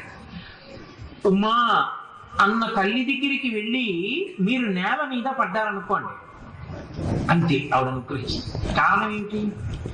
ఇప్పుడు అంటే అలా పడమని నేను చెప్పట్లేదు విషమండి, అది ఇబ్బంది కూడా, అలా చేయకూడదు. నేను ఇలా వెళ్ళిపోతుంటే ఎవరో అడ్డంగా పడ్డారనుకోండి, నేనేం చేయాలి? ఎప్పుడు దూకేసి వెళ్ళిపోతానా? ఆగుతాను కదా. ఆయన లేవలేదనుకోండి, ఏం చేయాలి? నేను వంగి అయ్యా లేవండి, ఎందుకు అలా బెంగపట్టి ఉంటారు? ఏం బెంగలేదు, పరమేశ్వరుడు ఉన్నాడు, రామలింగేశ్వరుడు ఉన్నాడు, ఉమాదేవి ఉంది, మనకేమి బెంగ అని నేను పైకి లేవనెత్తుతానా ఎత్తనా? అంటే ఇప్పుడు నేను ఆగితే ఎవరి కోసం ఆగాలి? నేను చూస్తే ఎవరి కోసం చూడాలి? నేను పట్టుకుని పైకెత్తితే ఎవరిని ఎత్తాలి? ఎవడు పడిపోయాడో వాడిని. ఒకవేళ వాడేదో మీ మీద భక్తితో పడిపోలేదండి, వాడు రాయి తన్నుకు పడిపోయాడు, అయినా నేను ఆగాలా వద్దా? అయినా నేను పైకెత్తాలా వద్దా? అయ్యా నేను మీ మీద గౌరవంతో పడిపోలేదండి, రాయి తన్నుకు పడిపోలేండి, నా మీద గౌరవంతో పడిపోయారా? ఇంకోటే కాదు, ముందు దెబ్బ ఎక్కడ తగినది చూసుకోండి అని నేను ఆయన వంక చూస్తానా చూడనా? మొత్తానికి నేను ఆగడానికి, చూడడానికి, పట్టుకోవడానికి, పైకెత్తడానికి, మాట్లాడడానికి ఏది కారణమైంది? కింద పడ్డమే. అదొక్కటి కూడా నాకు రాదంటే ఇక ఉద్ధరించగలిగిన వాడు ఒకళ్ళు. ఎందుకంటే అలా కింద పడిపోవడం, మరి అది ఎందుకు వచ్చింది శాస్త్రంలో అంటే, అమ్మా ఇంకా పడడానికి చోట్లేదు నాకు, అంత కింద పడిపోయాడు. ఏమిరా ఇంత కిందే పడ్డావు, ఇంకా కింద పడడానికి అవకాశం ఏది? పాతాళంలో పడడానికి నాకు అవకాశం లేదు. ఎంత కింద పడిపోవచ్చో అంత కింద పడిపోయిన వాడిని, ఎంత నిటారుగా నిలబడచ్చో అంత నిలబడిన దానికి నువ్వు. ఇప్పుడు నేను లేవలేను, నువ్వు పడక్కర్లేదు, కానీ నా కోసం నువ్వు వంగాలి. ఆవిడికి ఏం అవసరం వంగడానికి? కారుణ్యం అంతే. అది మీనాక్షి. అది మీనాక్షి అన్న మాటకు అర్థం ఏమిటంటే రాశీభూత కారుణ్యమో. అందుకే తల్లి కీర్తన చేస్తూ ఒక మాట అన్నారు, నిన్ను ఎలుగెత్తి పిలిచాను నీకు వినపడలేదా మీనాక్షి అన్నారు. అంటే అదే మాట కాదు, మీ కీర్తనలోని భావం. మీనాక్షి పడిపోతే చూస్తుంది, మీరేం నోరి విప్పి చెప్పక్కర్లేదు. అమ్మా ఎంత కింద పడిపోవచ్చో, కింద పడిపోవడం అంటే ఎన్ని భయంకరమైన తప్పులు చేయొచ్చో అన్నీ చేసేసాను. శాస్త్రంలో నా తప్పులకి ప్రాయశ్చిత్తం లేదు. నేను ఇన్ని తప్పులు చేశానని నీకు వచ్చి చెప్తున్నాను. నోటితో ఎన్ని తప్పులు చేశానో చెప్పడం కుదరదు అసలు. అజ్ఞానినామయా దోషాం అశేషాం విహితాం హరే. ఎన్ని చేశాడో చెప్పట, అశేషాం చెప్పడం కుదరదయా? అది గడుచుతాను అంటే ఈశ్వరుడి దగ్గరికి వెళ్ళి పోనీ ఏమన్నా ఈ తప్పు చేశానండి అని చెప్దామంటే, ఈశ్వర నీ స్తోత్రాలకైనా హద్దు ఉందేమో, నా దోషాలకి హద్దు లేదు, చెప్పడం కుదరదు. అవి ఎవడు రాయలేడు. మహానుభావుడు చిత్రగుప్తుడు ఎలా రాస్తున్నాడో ఆయనకే తెలియాలి. అశేషాం విహితాం హరే క్షమస్వత్వం క్షమస్వత్వం శేషశైల శిఖామణే. నేను తప్పులు చేయడానికి ఉన్నాను, నువ్వు తప్పులు తీయడానికి ఉన్నావు, కాబట్టి తీసి అంటాడు ఒక్కసారి సుప్రభాతం. అలా అమ్మవారి దగ్గరికి వెడితే అది కూడా చెప్పక్కర్లేదు నోటితో. ప్రణిపాత ప్రసన్నాహి మైథిలీ జనకాత్మగా. ఇలా పడిపోతే ఏమవుతుంది ఇలా చూడాలి. అది మీనాక్షి, అది ఉమా. ఆవిడ తల్లి కాబట్టి చూస్తూ ఉంటుంది, ఎప్పుడు చూపులతో ఉద్ధరణ చేస్తూ ఉంటుంది. ఎలా? ఆవిడ ఇవ్వలేనిది ఏమీ ఉండదు. అందుకే ఆవిడికి మారు పేరు ఏమిటో తెలుసా శాస్త్రంలో? కామకోటి అని పిలుస్తారు. కామకోటి అంటే కామము అంటే కోరికే, కోటి అంటే హద్దు. ఏమంటే ఈ హద్దు దాటకండే అంటారు, ఇది దాటి నడిస్తే కింద పడిపోతారు. హద్దు, ప్రతిదానికి హద్దు ఉంటుంది. అమ్మవారు కామములకు హద్దు. కామములకు హద్దు అంటే మీరు మరోలా అనుకోకూడదు. నువ్వే కోరిక కోరుతావు? కోరు. కారు కావాలా? నువ్వు నమ్మడుగు ఇస్తుంది. అమెరికా అధ్యక్షుడిని అయితేనండి చేస్తున్నానన్ను అంటే వాంఛితార్థ ప్రదాయిని. ఆ కోరిక నీకు ఇస్తే నువ్వు బాగుపడతావు అంటే ఇస్తుంది, నువ్వు పాడైపోతావు అంటే అయిపోతావు. అది గుర్తుపెట్టుకోవాలి. ఏమండి మీరు అలా అన్నారు, నేను అడిగాను నాకు ఇవ్వలేదు ఏమండి అంటే, చిన్నపిల్లాడు 3 మాటలు నువ్వులు గుండు వేసుకుని అన్నం తింటానంటే అమ్మ పెట్టదు, అయిపోయిందిరా అంటే అమ్మ దాచేస్తుంది. ఈ కోపమా? వాడికి కానీ నువ్వులు గుండా అన్నం ఎక్కువ పెడితే వేడి చేసి డబ్బు వస్తుంది వాడికి, అందులో ఒక్క మాట వేసి అయిపోయిందిరా అంటే మళ్ళీ 2 రోజులు పోయాక పెడుతుంది కాస్త సబ్బుసాలు వచ్చి. అమ్మకి తెలిసి ఎంత పెట్టాలో, ఎప్పుడు పెట్టాలో, పెట్టడము తెలుసు, పెట్టకుండా ఉండడము తెలుసు. పెట్టడం కారుణ్యం, పెట్టకపోవడం కారుణ్యం. ఆవిడ నీకు ఇవ్వలేదంటే కారుణ్యం అని నమస్కారం చెయ్యి, అది భక్తి పండిందని గుర్తు. కాదు నాకు ఇవ్వలేదని నువ్వు ఆవిడ మీద పగబెట్టుకుంటానంటే నువ్వు పచ్చికాయని గుర్తు. పగబెట్టుకు చేసేది ఉంది. రామాయణంలో అయోధ్యకాండలో రాముడు మాట అంటాడు, అసంకల్పితమై వేధ యతకస్మాత్ ప్రవర్తతే నివర్త్యారంభమారబ్ధం అముదైవస్య కర్మ తత్ అంటాడు. నువ్వు లోకంలో ఎదురుకుండా దశరథ మహారాజు గారు రాజ్యం ఇవ్వలేదని లక్ష్మణ ఆయనతో దెబ్బలాడదాం అంటున్నావు, బానే ఉంది. మరి నిన్న రాజ్యం ఇస్తానన్నవాడు ఎవరు? నిన్న రాత్రి నేను వెళ్ళి అడిగానా నాన్నగారిని నాకు రాజ్యం ఇమ్మని? నేను అడగలేదు. రామా ఇలారా అని కబురు చేసి పక్కన కూర్చోబెట్టుకుని, రామా నీకు రాజ్యం ఇస్తానన్నది ఎవరు? నాన్నగారే. నాన్నగారు పిలిచి రాజ్యం ఇస్తానన్నప్పుడు ఏమన్నావు? అబ్బా నాన్నగారు ఎంత మంచివారో ఎంత మంచివారో ఎంత మంచివారో అన్నాం. తెల్లవారేటప్పటికి ఇవ్వనన్నది ఎవరు? నాన్నగారే. అంటే ఇస్తానంటే నాన్నగారు, ఇవ్వాలంటే నాన్నగారు కాదా? ఇచ్చిన నాన్నగారే, ఇవ్వకపోయినా నాన్నగారే. మరి ఇస్తానన్న నాన్నగారు ఇవ్వకుండా చేసిన వాడు ఎవరు? వెనకనున్న ఈశ్వరుడురా. నీకు ఎదురుగుండా ఉన్న తండ్రి కనపడతాడేమో, వెనకనున్న పరమేశ్వరుడు కనపడతాడు. ఎవరితో యుద్ధం చేస్తావు? అనుదైవస్య కర్మ తత్. అందుకని ఈశ్వర శాసనాన్ని అనువర్తించు, ధర్మాన్ని మాత్రం మొదలుపెట్ట. ధర్మాన్ని పట్టుకుని నడుస్తూనే ఉండంటాడు. వాంఛితార్థ ప్రదాయిని భగవతి విషయంలో కూడా. అమ్మా నువ్వు ఇచ్చావు, ఏదో అదృష్టం ఉంది. అమ్మా నువ్వు ఇవ్వలేదు, ఎందుకో నాకు పెట్టలేదు, ఇది పెడితే నేను పాడైపోతానన్నమాట. కాబట్టి నువ్వు నన్ను అనుగ్రహించావు. ఒక్కొక్కడ చూడండి, రైల్లో రిజర్వేషన్ దొరకలేదని ఎడుస్తాడు. ఆ రైల్లో రిజర్వేషన్ దొరకకుండా రైలు వెళ్ళిపోయి 2 కంపార్ట్మెంట్లు కాలిపోయి అనుకోండి, అమ్మ బాబోయ్ దొరకలేదు, ఎంత అదృష్టం అవుతుందో. దొరకకపోయిన తర్వాత సంతోషిస్తాడు ఒక్కొక్కడు.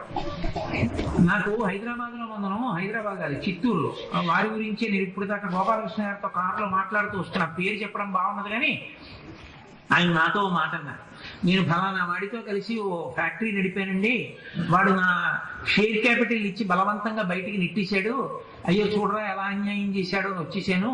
కానీ వాడు ఆ తర్వాత అన్యాయమైన వ్యాపారం చేశాడు, నేను వద్దంటానని. ఆ తర్వాత వాడిని పట్టుకుని జైల్లో పెట్టారు. వాడు ఇప్పుడు 12 ఏళ్ళు కారాగార శిక్ష పడి బయటికి రాలేదు. అందులో నేను కానీ ఉండుంటే నన్ను కూడా లోపల పెట్టేద్దరు. చూశారా పంపించేసినప్పుడు బయటికి రావడం ఎంత మంచిదేందో. పరమేశ్వరానుగ్రహం అంటే ఇలా ఉంటుంది కాబోదు అన్నాడు. నేను అప్పుడు అనుకున్నాను, వాంఛితార్థ ప్రదాయి. కాబట్టి ఇవ్వకపోవడంలో అమ్మవారి అనుగ్రహం ఉంటుంది, ఇవ్వడంలో అమ్మవారి అనుగ్రహం ఉంటుంది. ఒక్కొక్క నాడు అలా ఉంటుంది. అది తెలుసుకోగలిగితే భక్తి పండింది అంటారు. కాబట్టి ఆ తల్లి ఉమా. కాబట్టి ఇప్పుడు ఉమారామలింగేశ్వరుల దేవాలయము ఎంత గొప్ప దేవాలయంలో మీరున్నట్టు, ఎంత గొప్ప దేవాలయం స్వర్ణోత్సవాన్ని జరుపుకుంటున్నట్టు. స్వర్ణోత్సవం ఏమి? అసలు శివాలయం కాలముతో నియమనం లేకుండా అలా ఎప్పటికీ ఉంటుందంతే. వాళ్ళిద్దరూ ఆది దంపతులు. వాళ్ళు ఇవాళ ఉండడం రేపు ఉండకపోవడం, లేకపోతే అంతకు ముందు బలానాప్పుడు లేకపోవడం, ఇవాళ ఉండడం అలా ఏం ఉండదు. అందుకే శంకరాచార్యులు వారు స్తోత్రం చేస్తూ ఒక మాట అంటారు, నమశివాభ్యాం నవ యవ్వనాభ్యాం పరస్పరాశ్లిష్ట వపుద్ధరాభ్యాం నగేంద్ర కన్యా వృషకేతనాభ్యాం నమో నమశంకర పార్వతీభ్యాం. నేను పార్వతీ పరమేశ్వరులకు నమస్కరించుచున్నాను. దాన్ని ఆయన ఉమామహేశ్వర స్తవం అని పిలిచాడు. అందులో కూడా ఆయన ఉమా అన్న పేరే వాడాడు. శంకరాచార్యుల వారు ఎక్కువగా అమ్మవారిని పిలిచిన పేర్లలో ఒక పేరు ఉమా, రెండవది శివి. ఈ 2 ఎక్కువ పిలుస్తారు. అందులో ఉమామహేశ్వర స్తవం అంటూ ప్రారంభం చేసి అందులో వాడారు ఆయన ఈ శ్లోకాన్ని. మొదటి శ్లోకంగా వాడారు, నమశివాభ్యాం నవ యవ్వనాభ్యాం. నేను పార్వతీ పరమేశ్వరులకు నమస్కరించుచున్నాను. ఇటువంటి వారిని నవయవ్వనాభ్యాం, ఎప్పుడు మంచి యవ్వనంలో ఉండేవాళ్ళని. అంటే ఏమండి శంకరాచార్యులు వారు స్తోత్రం చేసేటప్పటికి యవ్వనంలో ఉన్నారు, కానీ ఇప్పటికి ముసలి వాళ్ళు అయిపోయారు. అవరు ఎందుకు అవరు అంటే కాలమునందు మనం లొంగిపోతాం, వాళ్ళు కాలమునకు లొంగేవారు కాదు. కాలము వారి చేతిలో ఉంటుంది. అందుకే సూర్యచంద్రులు ఇద్దరు ఆవిడికి తాటంకములుగా ఉంటాయి. మనం సూర్యచంద్రుడు కదిలితే కాలం కదులుతుంది, కాలంలో మనం పడిపోతాం. వాళ్ళకి ఆ అవసరం ఉండదు, వాళ్ళు కాలాతీతులు. కాబట్టి నమశివాభ్యాం నవయవ్వనాభ్యాం పరస్పరాశ్లిష్టవపుర్ధరాభ్యాం. ఇద్దరు ఎప్పుడు ఒకరినొకరు కౌగిలించుకుని ఉంటారు. అదేంపించండి, ఎందుకు అలా కౌగిలించుకుని కూర్చోవడం బాగుంటుందా? అలాగా అంటే మనకి సనాతన ధర్మమునందు ఉపాసన రహస్యం ఒకటి ఉన్నది. పురుషుణ్ణి ఒక్కడిని ఆరాధించడం కానీ, స్త్రీని ఒక్కటనే ఆరాధించడం కానీ ఉండదు. అసలు అలా ఆరాధన చెయ్యరు. రాముణ్ణి ఒక్కడినే పెట్టి ఆరాధన చేశారనుకోండి, చాలా ప్రమాదం వస్తుంది. అందుకే ఎవ్వరూ చేయరు. రామారాధన లోకంలో ఉండదు. శ్రీరాముడిగా ఆరాధన చేస్తాం. శ్రీరాముడు అంటే శ్రీకారం ఎప్పుడు పెడతామంటే భార్యాసహితుడు అని గుర్తు. అందుకే ఎప్పుడు కూడా పెళ్ళైపోయిన వాడు పేరు రాసుకుంటే ఒక్క పేరు రాసి విడిచిపెట్టకూడదు. మీరు నా దగ్గరికి పట్టుకొచ్చి, అయ్యా కొంచెం మీరు ఏదో దీని మీద కాస్త మంచి మాట రాయండి అన్నారు అనుకోండి, నేను శుభం భూయా లేకపోతే మంగళం మహ అని రాసి సంతకం పెట్టాను అనుకోండి, నేను సంతకం పెట్టినప్పుడు చాగంటి కోటేశ్వర శర్మ అని పెట్టకూడదు, శ్రీ చాగంటి కోటేశ్వర శర్మ. అదేంటంటే మీకు మీరు శ్రీ పెట్టుకున్నారు. శాస్త్రం అంతే, శ్రీకారం ఉండాలి. శ్రీకారం ఉంది అంటే దాని అర్థం ఏంటంటే ఎడం భుజం మీద ఉత్తరీయం ఉంది అని గుర్తు. ఎడం భుజం మీద ఉత్తరీయం ఉంది అంటే గుర్తు ఏంటంటే భార్య బ్రతికుంది అని గుర్తు. భార్య బ్రతికుంటే వచ్చిన ఐశ్వర్యం ఏమిటంటే వాడు యజ్ఞాధికారమును పొంది ఉన్నాడు అని గుర్తు. మంగళప్రదుడు. భుజం మీద తువ్వాలు లేదు, కుడి భుజం మీద వేసుకున్నాడంటే పాపం ఆయనకి యజ్ఞం యాగం హోమం ఏమీ చేసే అధికారం లేదండి. అమంగళకరుడు, భార్య లేనివాడు, కాబట్టి అన్నిటికీ ఆయన పనికిరాడు అని చెప్పడానికి గబుక్కుని తెలియక అడుగుతారేమో అని కుడి భుజం మీదకి ఉత్తరీయం వేసుకుంటాడు భార్య లేకపోతే. ఎడం భుజం మీద తప్ప ఉత్తరీయం ఎప్పుడూ ఇంకోలా ఉండకూడదు. అందుకే చొక్కా విప్పుకుని ఏదైనా ఏ పూజా కార్యక్రమంలోనో కూర్చున్నా ఇలా తిప్పి ఉత్తరీయం తీసుకొచ్చి ఇలా కుడి భుజం మీద వేసుకోకూడదు. తిప్పి ఉత్తరీయాన్ని ఎడం భుజం మీదకి వచ్చేటట్టే వేసుకోవాలి. అలా వేసుకుంటే భార్యాసహితుడు. వీడు అసాధ్యం పనులు చేసి ఎప్పుడైనా ఉత్తరీయం లేకుండా తిరుగుతాడో ఏమిటో అని చెప్పి మామగారు ఏం చేస్తాడంటే 5వ యజ్ఞోపగీతాన్ని వేస్తాడు. అది ఉంటే ఉత్తరీయం లేని సమయంలో ఉత్తరీయం ఉన్నంతగా అది కాపాడుతుంది, ఆ మంగళత్వాన్ని నిలబెడుతుంది. సరే, అందుచేత వాళ్ళిద్దరూ పరస్పరాశ్లిష్టవపుర్ధరాభ్యాం, ఇద్దరూ కలిసి ఉంటారు. ఎక్కడ మీరు ఆరాధన చూడండి, స్త్రీ సహితుడై శక్తి సహితుడైన పరమాత్మ మాత్రమే ఆరాధన యోగ్యుడు. జగద్గురువైన శంకరుడు ఏదైనా మాట్లాడారంటే అంత లోతుగా మాట్లాడతాడు తప్ప ఏదో ఉత్తుత్తినే మాట్లాడడానికి ఆయన ఎందుకు? ఆయన మాట్లాడక్కర్లేదు. పరస్పరాశ్లిష్టవపుర్ధరాభ్యాం, ఒకరినొకరు కౌగిలించుకున్న శరీరములు ఉన్నవారు అనక్కర్లేదు. దాని అర్థం ఏంటంటే ఉపాసన చేసినప్పుడు శ్రీరాముడు, పార్వతీ పరమేశ్వరులు, రుక్మిణీ కృష్ణులు. అందుకే శచీ పురంధరాభ్యాం నమః, సీతారామాభ్యాం నమః, ఉమామహేశ్వరాభ్యాం నమః అంటాం. కానీ ఏదో ఒకళ్ళ పేరు చెప్పి భార్యను వదిలేయడమో, భార్యను పూజ చేసి భర్తను వదిలేయడమో శాస్త్రంలో చెయ్యం. కారణం ఏమంటే ప్రకృతి పురుషుడు కలిసి ఉండాలి. పురుషుడు లేని ప్రకృతి అసలు ఉండదు. ప్రకృతి లేని పురుషుడు అయోమయం నీకు తెలియదు. అంటే మీరు బాగా అర్థం చేసుకోండి. పురుషుడు అంటే కంటికి కనపడేవాడు కాడు అని అర్థం శాస్త్రంలో. ప్రకృతి మీ కంటికి కనపడుతుంది. అందుకే అమ్మవారు కనపడేటట్టుగా ఉంటుంది శివలింగం పక్కన. కరచరణాదులతో మూర్తిగా ఉంటుంది పార్వతీదేవి. శివలింగంగా ఉంటాడు పరమేశ్వరుడు. లింగం అంటే గుర్తు. ఇప్పుడు అది అక్కడ ఆ చెట్టు ఉంది, ఆ చెట్టు ఉన్నది అని నేను అన్నప్పుడు ఆ చెట్టులో ప్రాణం ఉన్నది. ఆ ప్రాణము నీకు కనపడదు, కానీ రేపు పొద్దున్న వేసిన మారాకు నీకు కనపడుతుంది, అది పూసిన పువ్వు నీకు కనపడుతుంది, దాని కాయ నీకు అనుభవంలోకి వస్తుంది. కానీ దానికి కారణమైన చైతన్యము నీకు కనపడదు. కానీ లోపల చైతన్యము లేకపోతే పైన చెట్టు లేదు. కాబట్టి పురుషుడు లేనటువంటి ప్రకృతి ఉండనే ఉండదు. ప్రకృతి లేని పురుషుడు అయోమయం, నీకు అర్థం కాడు. ఆ చెట్టు లేకుండా అక్కడ చైతన్యం ఉంది అని నేను అన్నాను అనుకోండి, మీకు ఏమైనా తెలుస్తుందా? మీకు తెలియదు. చైతన్యం ఉన్నది అని గుర్తుపట్టడానికి ప్రకృతి వికారం అక్కడ ఉండాలి. ఏదో ఒకటి చెట్టు, ఓ మొక్కో ఏదో ఒకటి ఉందనుకోండి, ఓ మనుష్య శరీరమో, ఓ కుక్కో, ఓ పిల్లో పరిగెడుతోంది అనుకోండి, అదిగోనండి చైతన్యం ఉంది పరిగెడుతోంది అంటారు. కాబట్టి అసలు నిజానికి పురుషుడు లేని ప్రకృతి విలువ లేదు, గౌరవం లేదు. అందుకే భర్త లేని స్త్రీ అమంగళకరణానికి కారణం అదే. కాబట్టి స్త్రీ పురుషులిద్దరూ కలిసి ఉంటేనే ప్రకృతి పురుషుడు వర్ధిల్లడం. లోకము వర్ధిల్లుతోంది, వాళ్ళిద్దరూ కలిసే ఉంటారు. ప్రకృతి పురుషులుగా పార్వతీ పరమేశ్వరులు ప్రతిదాని యందు కలిసి ఉన్నారు. ఆ శివం, శివ శబ్దంలో శివ కలిసిపోతుంది. రమ, రామ, త్యాగరాజస్వామి కీర్తన ఉంది. రమ అన చపలాక్షుల పేరు, రామాయణ ఏదో పురుష పరబ్రహ్మమునకు పేరు అని ఉంది కదమ్మా.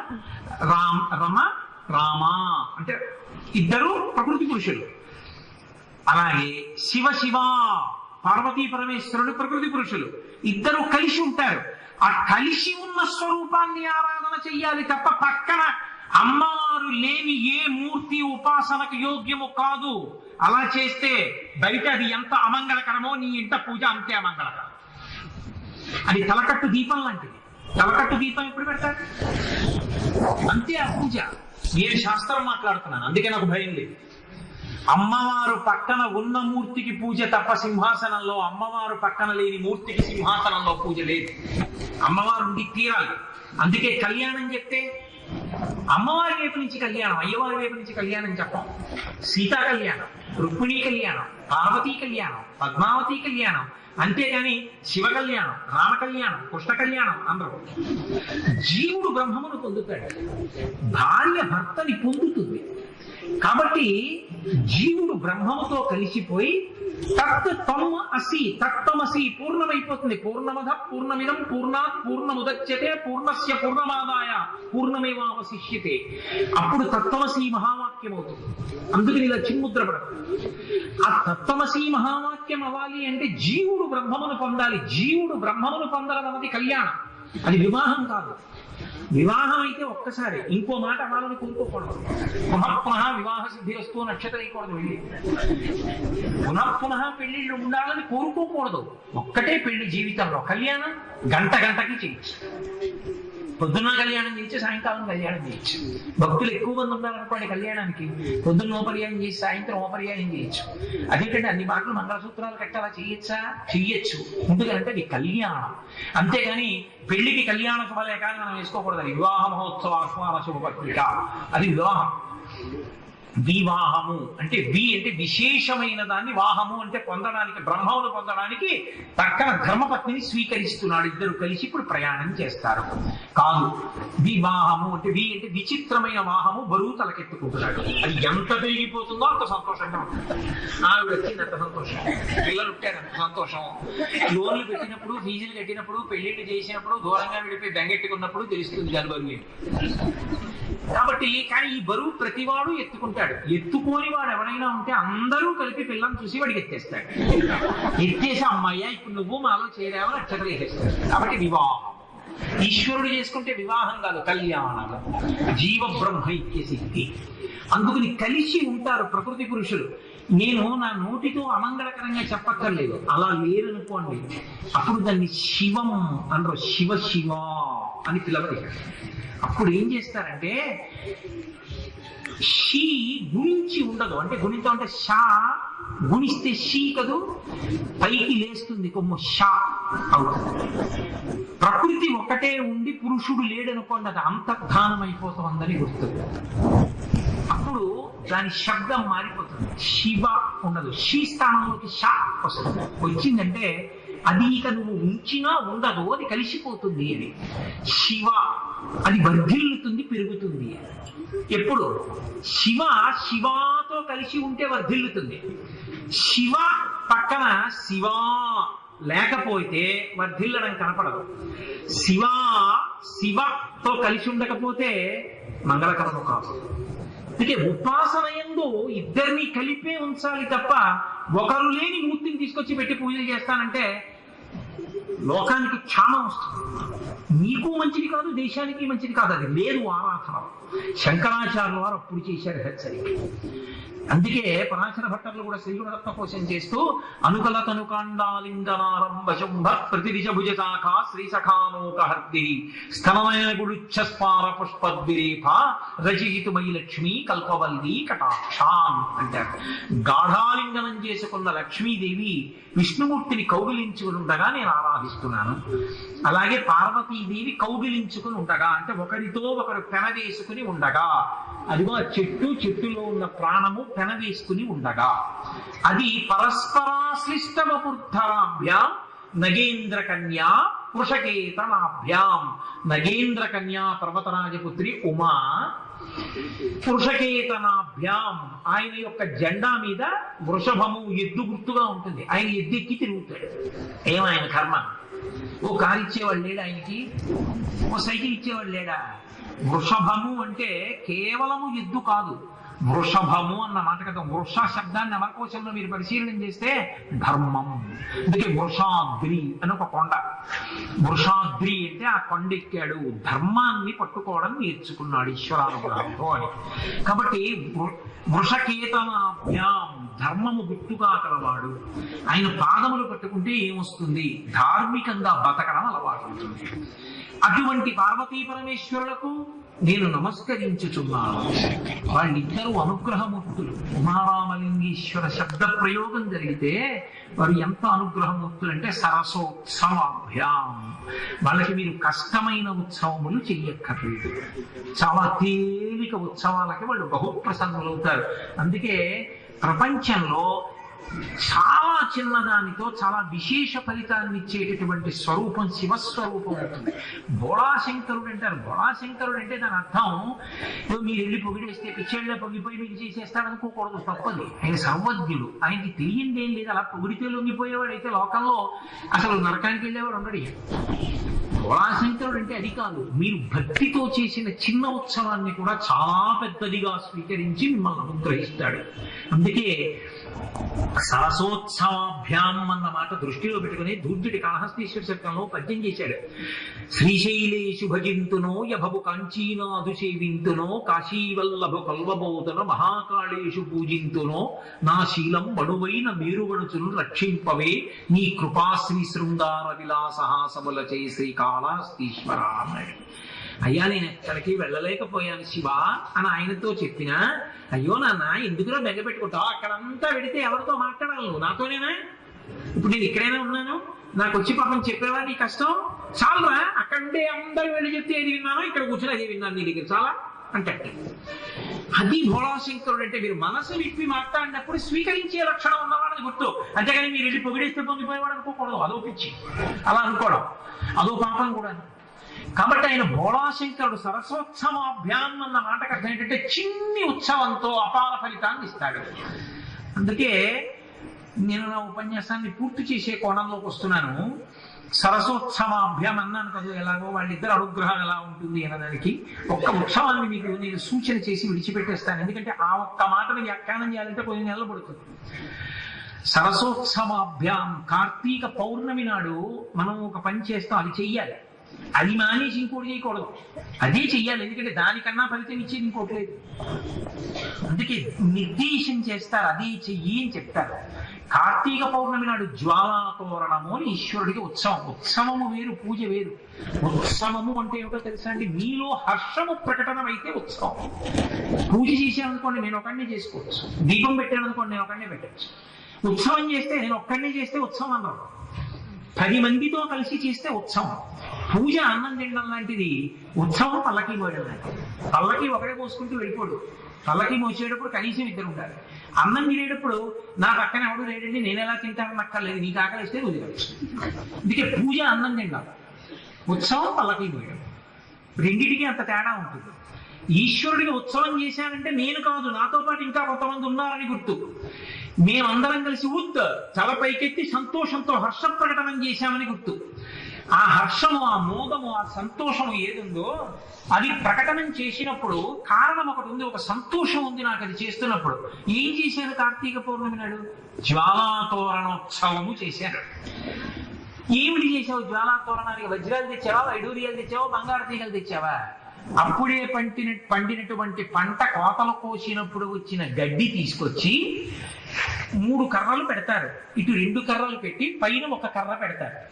పెట్టి దీని మీద ఆవు నెయ్యి పొయ్యాలి. ఆవు నెయ్యి పోసి కాగడాతో అది వెలిగిస్తారు. వెలిగించినప్పుడు పరమేశ్వరుణ్ణి పట్టుకుంటారు. అది విచిత్రం. మనం కాదు, పరమేశ్వరుణ్ణి పట్టుకుంటారు. ఆయనకి ఇబ్బంది కాదండి, ఆ గడ్డి ముద్ద మీద పడిపోతే ఒప్పుకుంటాడు. అలా చెయ్యి, నేను సంతోషిస్తాను. పట్టుకుని 3 మార్లు పరిగెడతారు దాని కింద, శివ శివ శివ శివ శివ శివ. ఎందుకు? అంటే ఎవరు అలా పరిగెత్తారో వాళ్ళకి జ్వాతోరణ దర్శనాన్ని తీసేస్తారు. ఈ శరీరాన్ని విడిచిపెట్టగానే భైరవయాతన అని ఒకటి ఉంటుంది. భైరవయాతన అంటే భై అని అరుస్తాడు, భౌ అని. భౌ అన్న రవం చేసేది ఏదో అది కుక్క, అదే భైరవుడు. కుక్క వాహనంగా ఉన్నవాడు. ఆయన తరుగుతాడు, చాలా భయంకరంగా ఉంటుంది. ఆ కుక్క తరిగినప్పుడు పరిగెడతాడు. పరిగెడితే మొట్టమొదటి ఏది కనపడుతుందంటే ఆ చీకట్లో వెళ్ళి వెళ్ళి వెళ్ళి వెళ్ళి వైతరిని దాటాలి. కొడుకు ఆవును దానం చేస్తే దాన్ని తోకట్టుకుని ఎడతాడంటారు. పాపం వాడు చేస్తాడా? మనం చేసాం కనుక రూపాయి పావ ఇచ్చి గోదానం మనం చేసాం, వాడు అదే చేస్తాడు. రూపాయి పావలో గడ్డి పరక వస్తుందా? కాబట్టి వైద్యులు ఎవరు దాటిస్తాడు? నువ్వు గోదానం చేస్తే మీ నాన్నగారి పేరు చెప్పి నీ కొడుకు చేస్తాడు. నువ్వు చేసింది లేదు, నీ కొడుకు చేస్తాడా? ఇంకా ఇందుక పేరాశ. కాబట్టి చీకట్లో పరిగెడతాడు. పరిగెత్తి పరిగెత్తి పరిగెత్తి పరిగెత్తి వాడికి జ్వాలాతోరణం కనపడుతుంది. అమ్మయ్యా వెలుతురు కనపడింది అనుకుంటాడు. తీరామోసి ఏమిటది? మంటలతో కూడిన ద్వారం. జీవుడు అందులోంచి నరక ప్రవేశం చేస్తాడు. అది భయంకరంగా ఉంటుంది అని ఇప్పుడు అవన్నీ పాపం మిమ్మల్ని నేను భయపెట్టలేదు. శాస్త్రంలో చాలా ఘోరంగా వర్ణిస్తారు. అది కనపడకుండా చేస్తా. నీ కొడుకు చేశాడా, అల్లుడు చేశాడా వదిలి, నీ మనవాడు చేశాడు, ఇవి అక్కర్లా.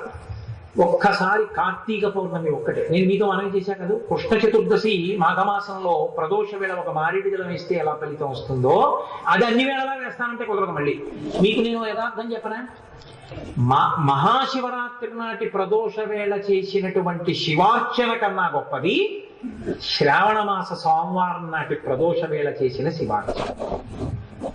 ఈ రెండిటికన్నా గొప్పది మార్గశీర్ష మాసంలో తెల్లవారుజామున 3 గంటలకి గజ గజ గజ గజ ఉనికిపోతూ మంచు పడిపోతుంటే అంత చలిలో వచ్చి స్నానం చేసి ఢావళి కట్టుకుని రుద్రనమక చమకాలతో శివలింగానికి ఎవడైనా చల్లనీళ్లతో అభిషేకం చేస్తే, ఫ్రిడ్జ్ లో పెట్టి తెమ్మని నేను చెప్పట్లేదు, ఉపజలాలు చల్లటి నీళ్లు స్నానం చేయిస్తే ఆర్ద్రాభిషేకం అంటారు. ఆర్ద్ర నక్షత్రంలో అలా అభిషేకం చేస్తే విశేష ఫలితము. ఒకే ఒక్కసారి కాకినాడ పట్టణంలో ఒక శివాలయంలో నేను ఆధ్వర్యం వహించి చేయించాను అలాగా ఆర్ద్రాభిషేకం. అద్భుతం ఆ ఉత్సవం. అంత చలి. శంకరాచార్యులు వారు దెప్పి పొడిచారు కూడా పరమశివుని. చాలి ఏమా చెప్పొచ్చావు, పైనేమో చంద్రుడు చల్లన, ఒంటి మీద ఉన్న పాములు అడుగున చల్లగా ఉంటాయి. నేను ఎప్పుడు పట్టుకుని చూడలేదు. పాములు అడుగున చల్లన. శరీరంలో సగభాగం పార్వతీదేవి, ఆమె హిమగిరితనయ మంచుకొండ కూతురు కాబట్టి ఆవిడ చల్లన. ఉండేది మంచుకొండ, అది చల్లన. ఇవేమీ చాలలేదు నీకు. ఇంకా మార్గశీర్ష మాసం తెల్లవారకట చన్నీళ్ళ అభిషేకం కావలసి వచ్చింది. సాంబే పరబ్రహ్మణి స్వామిమే ఇవ్వలేమని ఈ నీళ్లు పుచ్చుకొని ఇంత ఫలితం ఇచ్చావా అన్నారు శంకరాచార్య గారు. అటువంటి మహానుభావుడు ఆయన. ఆయన అన్ని అంత సులువుగా పుచ్చుకుని అంత ఫలితాన్ని ఇస్తూ ఉంటాడు. ఒక్కసారి ఆ గడ్డి పరకలు వెలుగుతూ ఉండగా 3 మాటలు ఇలా ఇలా వెళ్ళొచ్చాడు అనుకోండి, శివ శివ శివ శివ అంటూ పల్లకీతోటి, అంతే. అక్కడ నరకద్వార దర్శనాన్ని చెయ్యనివ్వడు. పాపరాశి కాలిపోతుంది. ఏమన్నా మరి చేసిన పాపాలన్నీ అంత తేలిగ్గా పోతాయా అంటే, పెద్ద దూది పర్వతం ఉంది, ఒక నిప్పు నిరుసు చాలదా కాల్చడానికి? ఒక నిరుసు చాలు, ఒక్క జ్వాలాతోరణం చాలు కాల్చేయడానికి. ఇప్పుడు ఆ మిగిలిపోయిన గడ్డి తీసుకెళ్లి గడ్డి వాములో పెడితే, కాలుతున్న గడ్డి కాదు నా ఉద్దేశం, ఆరిపోయిన గడ్డి కొంత తీసుకెళ్లి గడ్డి వాములో పెడితే శం చతుష్పదే రుద్రం చెప్పింది. 4 కాళ్ళ ఉన్నటువంటి వాటన్నింటికి కావలసినటువంటి గ్రాసము దొరుకుతుంది. అంటే పంటలో గడ్డి చక్కగా సమృద్ధిగా లభిస్తుంది. అన్ని సంతోషంగా గడ్డి తిని పాలిస్తాయి. ఇంకా గడ్డి ఎంత వచ్చిందంటే అర్థం ఏంటి? పంట బాగా పండిందనేనా? కంకులు లేని గడ్డి ఒకటే వస్తుందండి, అలా రాదుగా. కంకులు గడ్డి కూడా వస్తాయి. అందుకని నీకు ఇహమునందు తినడానికి అన్నం వస్తుంది. ఇప్పుడు నీకు ఈశ్వరుడికి ఇచ్చాడు కాబట్టి మార్గశీర్ష మాసంలో నిజానికి కార్తీక మాసం వెళ్ళగానే ఏం చేస్తారంటే, ఇంటికి వచ్చినటువంటి పదార్థాన్ని, ఆ ధాన్యాన్ని, కొత్త బియ్యాన్ని కొన్నా కూడా తిన్నగా వండుకు తినకూడదు. మొదట పాయసం వండి లక్ష్మీదేవికి నైవేద్యం పెట్టారు. పెట్టి అప్పుడు తింటారు. అందుకే మాసాం మార్గశీర్షోహం అంటాడు. యథార్థానికి ఆయన ఆ మాట ఎందుకు చెప్పాడంటే, ఒరే పంటంతా ఇంటికి వస్తోంది, ఉపాసనకి మార్గములకు శీర్షము చివరికి వచ్చావు కాబట్టి లక్ష్మీ పూజ చేస్తారు. ఆ మాసంలో లక్ష్మీ పూజ చేసి కాత్యాయని వ్రతం చేస్తారు మార్గశీర్ష మాసంలో. సరే, అందుచేత మహానుభావుడు కేవలం దాని కింద నుంచి తిరిగితే నీ పాపరాశి ధ్వంసం చేసి నరకద్వారం కనపడకుండా చేశాడు. రెండు, నీకు పశువులకి కూడా కావలసినంత గ్రాసము ఆహారము దొరికేటటువంటి భాగ్యాన్ని కటాక్షించాడు. పార్వతీ పరమేశ్వరులతో కలిసి తిరిగి వచ్చావు కాబట్టి నీకు వచ్చేటటువంటి అమంగళములన్నింటినీ తీసేస్తాడు. నమశివాభ్యాం అశుభాపహాభ్యాం, అశుభాల్ని తీసి శుభాల్ని ఇస్తాడు. సరసోత్సవాభ్యాం, చిన్నది గుచ్చుకొని అంత గొప్ప గొప్ప ఫలితాలు ఇస్తాడు. అందుకే మహానుభావుడు మల్లన్న గారు అష్టదిగ్గజాల్లో ఒకడు, ఆయన పరమశివుణ్ణి స్తోత్రం చేస్తూ ఒక మాట అంటాడు: శివుని శిరమున కాశిని నీళ్లు చల్లి పత్తి సుమంతనెవ్వాడు పారవయించు, కామధేనువు వానింటి గడి పశువు, అల్ల సురశాఖ వానింటి మల్లె చెట్టు అన్నాడు. పరమశివుడు ఎంతటి సులభుడంటే, మహానుభావుడికి ఎవరికైనా సత్కారం చేస్తాను అంటే ఏదో పూర్ణం ఇస్తే సంతోషిస్తారు, పంచదార ఇస్తే సంతోషిస్తారు తప్ప, ఏమంటే మీరు ఉపన్యాసం బాగా చెప్పారు, కుండ నీళ్లు తీసుకొచ్చి మీ నెత్తి మీద పోతాం అనుకుంటున్నాం అంటే ఎవడైనా ఒప్పుకుంటాడా? మళ్ళీ వస్తాడా? ఊరు ఎవడు రాడు. కానీ పరమేశ్వరుడికి మాత్రం పోని ఆయన ఇచ్చిన నీళ్ళేగా దిక్కుమాల గోళ, నువ్వేమి కొత్తగా సృష్టించలేదు, పోనీ ఆయన ఇచ్చిన నీళ్ళే వీడిని అభిషేకం చేయరా అంటే పోలా పాత్రతో పోయిడు ఓ ఉద్ధర నోటి కూర్చొని ఇలా మొదలెడతాడు. ఇప్పుడు ఉద్ధరితో అభిషేకం అంటే అయినా సంతోషిస్తాడు. వీడు ఇంటికి వెళ్ళిపోతున్నట్ట, అందుకని ఏం చేస్తారంటే ధారాపాత్ర పెట్టి నీళ్లు పెట్టి పెట్టి వెళ్ళిపోతాడు. అలా నెత్తి మీద చుక్క చుక్క చుక్క చుక్క చుక్క పడుతూనే ఉంటుంది. అలా చేస్తే ఎంత పొంగిపోతాడు. ఒరే, నేను ఎంత చల్లగా ఉన్నానో మీ ఊరంతా చల్లగా ఉంచుతాడు. ఎంత సరసోత్సవాభ్యాం, మహానుభావుడు కదండి, ఎంత సులభుడు. కాబట్టి శివుని శిరమున కాశీని నీళ్లు చల్లి, ఎవడు నా మహమ్మి నీళ్లు చల్లాడు, ఎవడు ఏదైనా వెనక్కి వెళ్ళిపోతుంది. నీళ్లు చల్లితే అగ్నిహోత్రం మీద నీళ్లు చల్లితే ఆరిపోతుంది, పాల మీద నీళ్లు చల్లితే వెనక్కి పోతాయి. పరమశివుడి నెత్తి మీద కాసి నీళ్లు చల్లితే పొంగిపోతాడు. ఇదేం విరుద్ధం శివ? నీళ్లు చల్లితే పొంగిపోతావా? లోకంలో ఎవడి మొహం మీద నీళ్లు చల్లితే ఒడవకొస్తాడు. నీ తల మీద కాసి నీళ్లు చల్లితే పరవశించిపోతావు. పత్తి సుమంతనెవ్వాడు పారవయించు, వాడేం మారేడు దళాలు తెచ్చి రెండాకులు లేనివి, ఒకాకు లేనివి, చీడ లేనివి, పురుగు లేనివి, కన్నాలు లేనివి వెతికి జాగ్రత్తగా దళాల కింద విప్పి ఒక్కొక్క దళాన్ని పూజ చేశాడు. ఇంకా రొట్ట ఇలా ఎత్తి అలా వారేస్తాడంటే విసిరేసాడు ఆకులన్నీ. అందులో బంగాళీపుడు ఉంటే అది కూడా బాగుతుంటున్నాయి. ఎందుకంటే పత్తి సుమంతనెవ్వాడు పారవయించు, ఎంత పూజ చేసావురా, ఎంత పూజ చేసావురా అని కామధేనువు వానింటి గాడి పశువు, కామధేనువు తెచ్చి వాడి ఇంట్లో పశువుగా కట్టేస్తాడ.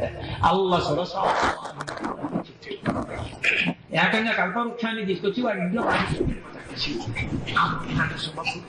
అంటే భక్తితో నిలబడితే ఆయన ఇవ్వలేనిది లేదు. భక్తి మాత్రం ప్రధానం. ఆ భక్తి లేకపోతే ఇవన్నీ అనవసరమే. అందుకే ఒక్క మాట చెప్పిన ఉపన్యాసం పూర్తి చేస్తాను. శంకర భగవత్పాదులు శివానంద లహరి చేస్తూ ఓ మాట అంటారు: కరస్తే హేమాద్ర్యౌ గిరిశ నికటస్తే ధనపతౌ, శిరస్తే శీతాంశౌ చరణయుగళస్తే అఖిల శుభౌ, గృహస్థే స్వద్భూజామరసురభిచింతామణిగణే, కమర్థం దాస్యేహం భవతు భవదర్థం మమ మనః అంటారు. శంకర, నేను నీకు పట్టుకొచ్చి పోనీ కాస్త బంగారం ఇద్దామంటే, నీకు చేతిలో బంగారు కొండ ఉంది, మేరు పర్వతాన్ని ఆయన విల్లుగా పట్టుకున్నాడు. ఆయనకి నువ్వేం పట్టుకెళ్ళి ఇస్తావు బంగారం? పోనీ శివ బంగారం అంటే ఉంది, కానీ ఓ బంగారం ముక్క పట్టుకెళ్ళి అకస్మాత్తుగా డబ్బు కావలసి వస్తే రాత్రి వేళ ఏటీఎం కార్డు ఉన్నా ఓ 25,000 వస్తుంది, 40,000 వస్తుంది. 10 లక్షలు కావాలంటే ఏటీఎం కార్డు మీద రాదుగా, తెల్లారి బ్యాంక్ తెరవాలి మనకి, ఉన్నా కూడా డబ్బు. అలాంటిది శివ బంగారం అంతా దగ్గర పెట్టి కూర్చుంటే నీకు డబ్బులు కావాలంటే ఎక్కడి నుంచి వస్తాయి? అందుకని నీకు ఏమైనా కావాలా నేను ఇస్తానని తను పుట్టినప్పటి నుంచి నించున్నట్ట కుబేరుడిలా. అలా నించున్నాడయా మహానుభావ. కరస్తే హేమాద్రౌ గిరిశ, గిరిశ అంటే శివుణ్ణి పిలవడం. నికటస్తే ధనపతవు, నీ పక్కన ఇలా నించున్నాడు ధనపతి కుబేరుడు. ఎప్పుడు నవ్వుచుకున్నావా నువ్వు? నీకు అవసరమే లేదు, నువ్వే ఐశ్వర్యాన్ని ఇవ్వగలిగిన వాడివి, నీకు ఒకటి సహాయం చేయడు. కుబేరుడు ఇవ్వలేకపోయాడు ఆయనకి, బలవంతుడి వాళ్ళ.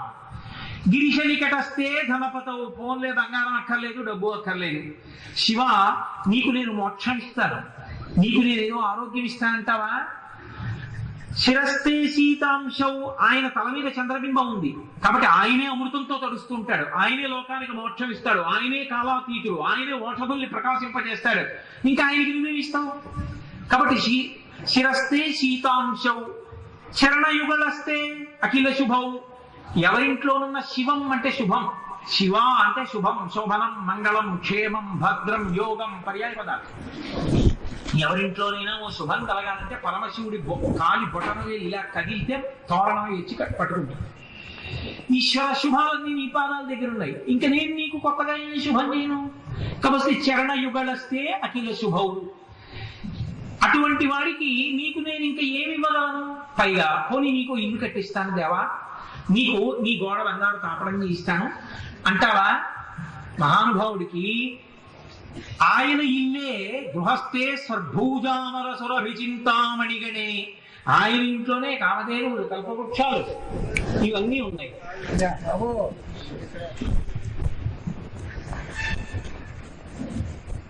ఏమిటి మీ సమస్య? మీరేమైనా మాట్లాడతారా? మరైతే కూర్చోండి. శిరస్తే శీతాంశవు చరణయుగళస్తే అఖిల శుభవు. ఈశ్వర శుభములన్నీ మీ పాదముల దగ్గర ఉన్నాయి, ఇంకా నేను మీకేమి ఇవ్వాలి? నేను ఇవ్వడానికి నా దగ్గర ఏం లేదు. పైగా మీకు ఏమైనా ఓ గోడ కడదాం, ఓ ఇల్లు ఇద్దామంటే గృహస్థే స్వర్భూజామరచి సురభి చింతామణిగణి. కామధేనువు, కల్పవృక్షం, చింతామణులు నీ ఇంటనే ఉన్నాయి. నీ ఇంటి గోడలు చింతామణులతో నిర్మింపబడ్డాయి. చింతిస్తే, మనసులో చింతిస్తే కోరిక తీరుస్తుంది చింతామణి. వెళ్ళి నోటితో చెప్పుకుంటే పండుగ ఇస్తుంది కల్పవృక్షం. పాలు పితికి తాగితే కోరిక తీరుస్తుంది కామధేనువు. అవన్నీ నీ ఇంట్లోనే ఉన్నాయి. అసలు ఆ మాటకొస్తే చింతామణులకే పెద్ద చింతామణి మా అమ్మవారు. ఆ తల్లి పాణిగ్రాహి, ఆమె చెయ్యి నువ్వు పట్టుకున్నావు, చింతామణి పాణిగ్రాహి. మనం అంటే దిక్కుమాల పేర్లు పెట్టుకుంటాం, కానీ బెంగాల్ అంతా మంచి సంస్కృత సమాసాలు పెట్టుకుంటారు. వాళ్ళు పెట్టుకునే పేర్లు వింటే ఎంత అందంగా ఉంటాయో. జగదీశ చంద్ర బోస్, కమలాపతి త్రిపాఠి, లేకపోతే చింతామణి పాణిగ్రాహి, ఎంత చక్కటి సంస్కృత సమాసాలు పెట్టుకుంటారు.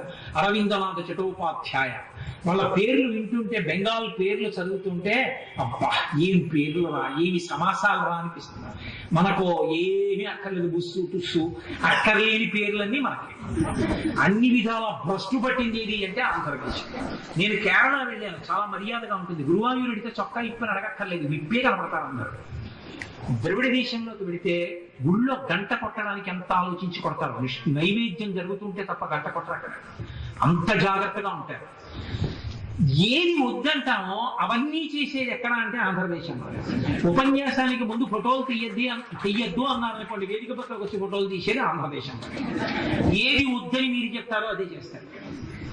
కాబట్టి అంత భ్రష్టు పట్టింది ఒక్కటే, ఇక్కడ ఒక్క చోటే. నాకేం ఆ మాట అన్నానికి నాకు భయం లేదు, ఉన్న మాట ఉన్నట్టు మాట్లాడతాను చెప్పేటప్పుడు. కాబట్టి ఈశ్వర నీకు మేమేమి ఇవ్వము. గృహస్థే స్వర్భూజామరసురభి చింతామణిగణి.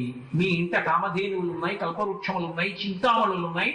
సాక్షాత్ పెద్ద చింతామణి అమ్మవారే ఉంది, ఇంకా నేనేమి ఇవ్వను అని శంకరులు అన్నారు. నా దగ్గర ఒక్కటి ఉందని ఇచ్చేస్తాను. ఏంటో తెలుసా? కమర్థం దాస్యేహం భవతు భవదర్థం మమ మనః. నా మనసు నీకు ఇచ్చేస్తాను. అంటే నా మనసు నీకు ఇచ్చేస్తానంటే దాని అర్థం ఈశ్వర నీ పాదముల యందు భక్తితో ఉంటాడు. ఆ భక్తి ఒక్కటి ఉన్నదా ఆయన భోళాశంకరుడు. మీరు ఏం చేసినా దాన్ని దిగుడీకృతం చేశాం, ఎంత చేసావురా ఎంత చేసావురా అంటాడు. అదొక్కటి లేకుండా మీరు ఎన్ని చెయ్యండి, నువ్వు కొత్తగా తెచ్చింది ఏమిట్రా, నేను ఇందులో చేసింది నేను ఇచ్చింది తప్ప అంటాడు. ఓ మారేడు గలం మీరు కొత్తగా సృష్టించారా? అరటిపండు మీరు సృష్టించారా? మిమ్మల్ని మీరు సృష్టించుకున్నారా?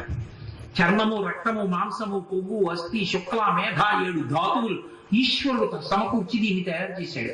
ఈశ్వరుడు దీన్ని పెంచాడు, ఈశ్వరుడు దీన్ని తగ్గిస్తాడు, ఈశ్వరుడు దీన్ని పడగొడతాడు. నువ్వు కొత్తగా నాకేం తెచ్చావంటాడు ఈశ్వరుడు.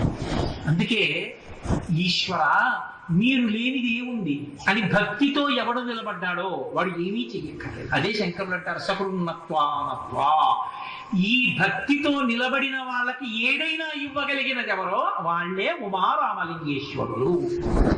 అటువంటి ఉమారామలింగేశ్వర క్షేత్రమునందు కూర్చుని స్వర్ణోత్సవ శుభ సందర్భ వేళ మాఘమాస కృష్ణపక్ష తిథిలో నిన్నటి రోజున మహాశివరాత్రి పర్వదినం గడిచినటువంటి మర్నాటి ప్రదోష వేళలో ఇటువంటి అద్భుతమైనటువంటి పరమేశ్వరాలయంలో కూర్చుని మీ వంటి ఇంతమంది భక్తుల సమక్షంలో 4 మాటలు మాట్లాడాలంటే ఆయన అనుగ్రహం, ఆ తల్లి అనుగ్రహం లేకుండా జరిగే పనే. కాబట్టి ఎక్కడో తిరుగుతూ కూర్చున్నటువంటి నన్ను తీసుకొచ్చి నా చేత ఈ 4 మంచి మాటలు చెప్పించినటువంటి మా అక్కగారి పాదాలకి నమస్కరిస్తూ మీ అందరికీ నా కృతజ్ఞత కృతజ్ఞతలు ఆవిష్కరిస్తూ మీరు సర్వతోముఖాభివృద్ధిగా మీరు మీ ఊరు చక్కగా వృద్ధిలోకి రావాలని ఈ దేవాలయం దినదిన ప్రవర్ధమానమై గొప్ప క్షేత్రంగా ప్రకాశించాలని ఒకానొక నాడు మీరు పిలవకుండా ఏమంటే మళ్ళీ ఎప్పుడు వచ్చి ఉపన్యాసం చెప్పనని అడగవలసినంత కోరిక నాకు పుట్టాలని అంత వైభవాన్ని ఈ దేవాలయం సృష్టించిన పరమేశ్వర పాదములను పట్టి నమస్కరిస్తూ నాకు ఈ అవకాశం ఇచ్చిన మీ అందరికీ కృతజ్ఞతాభివందనములను ఆవిష్కరిస్తూ స్వస్తి.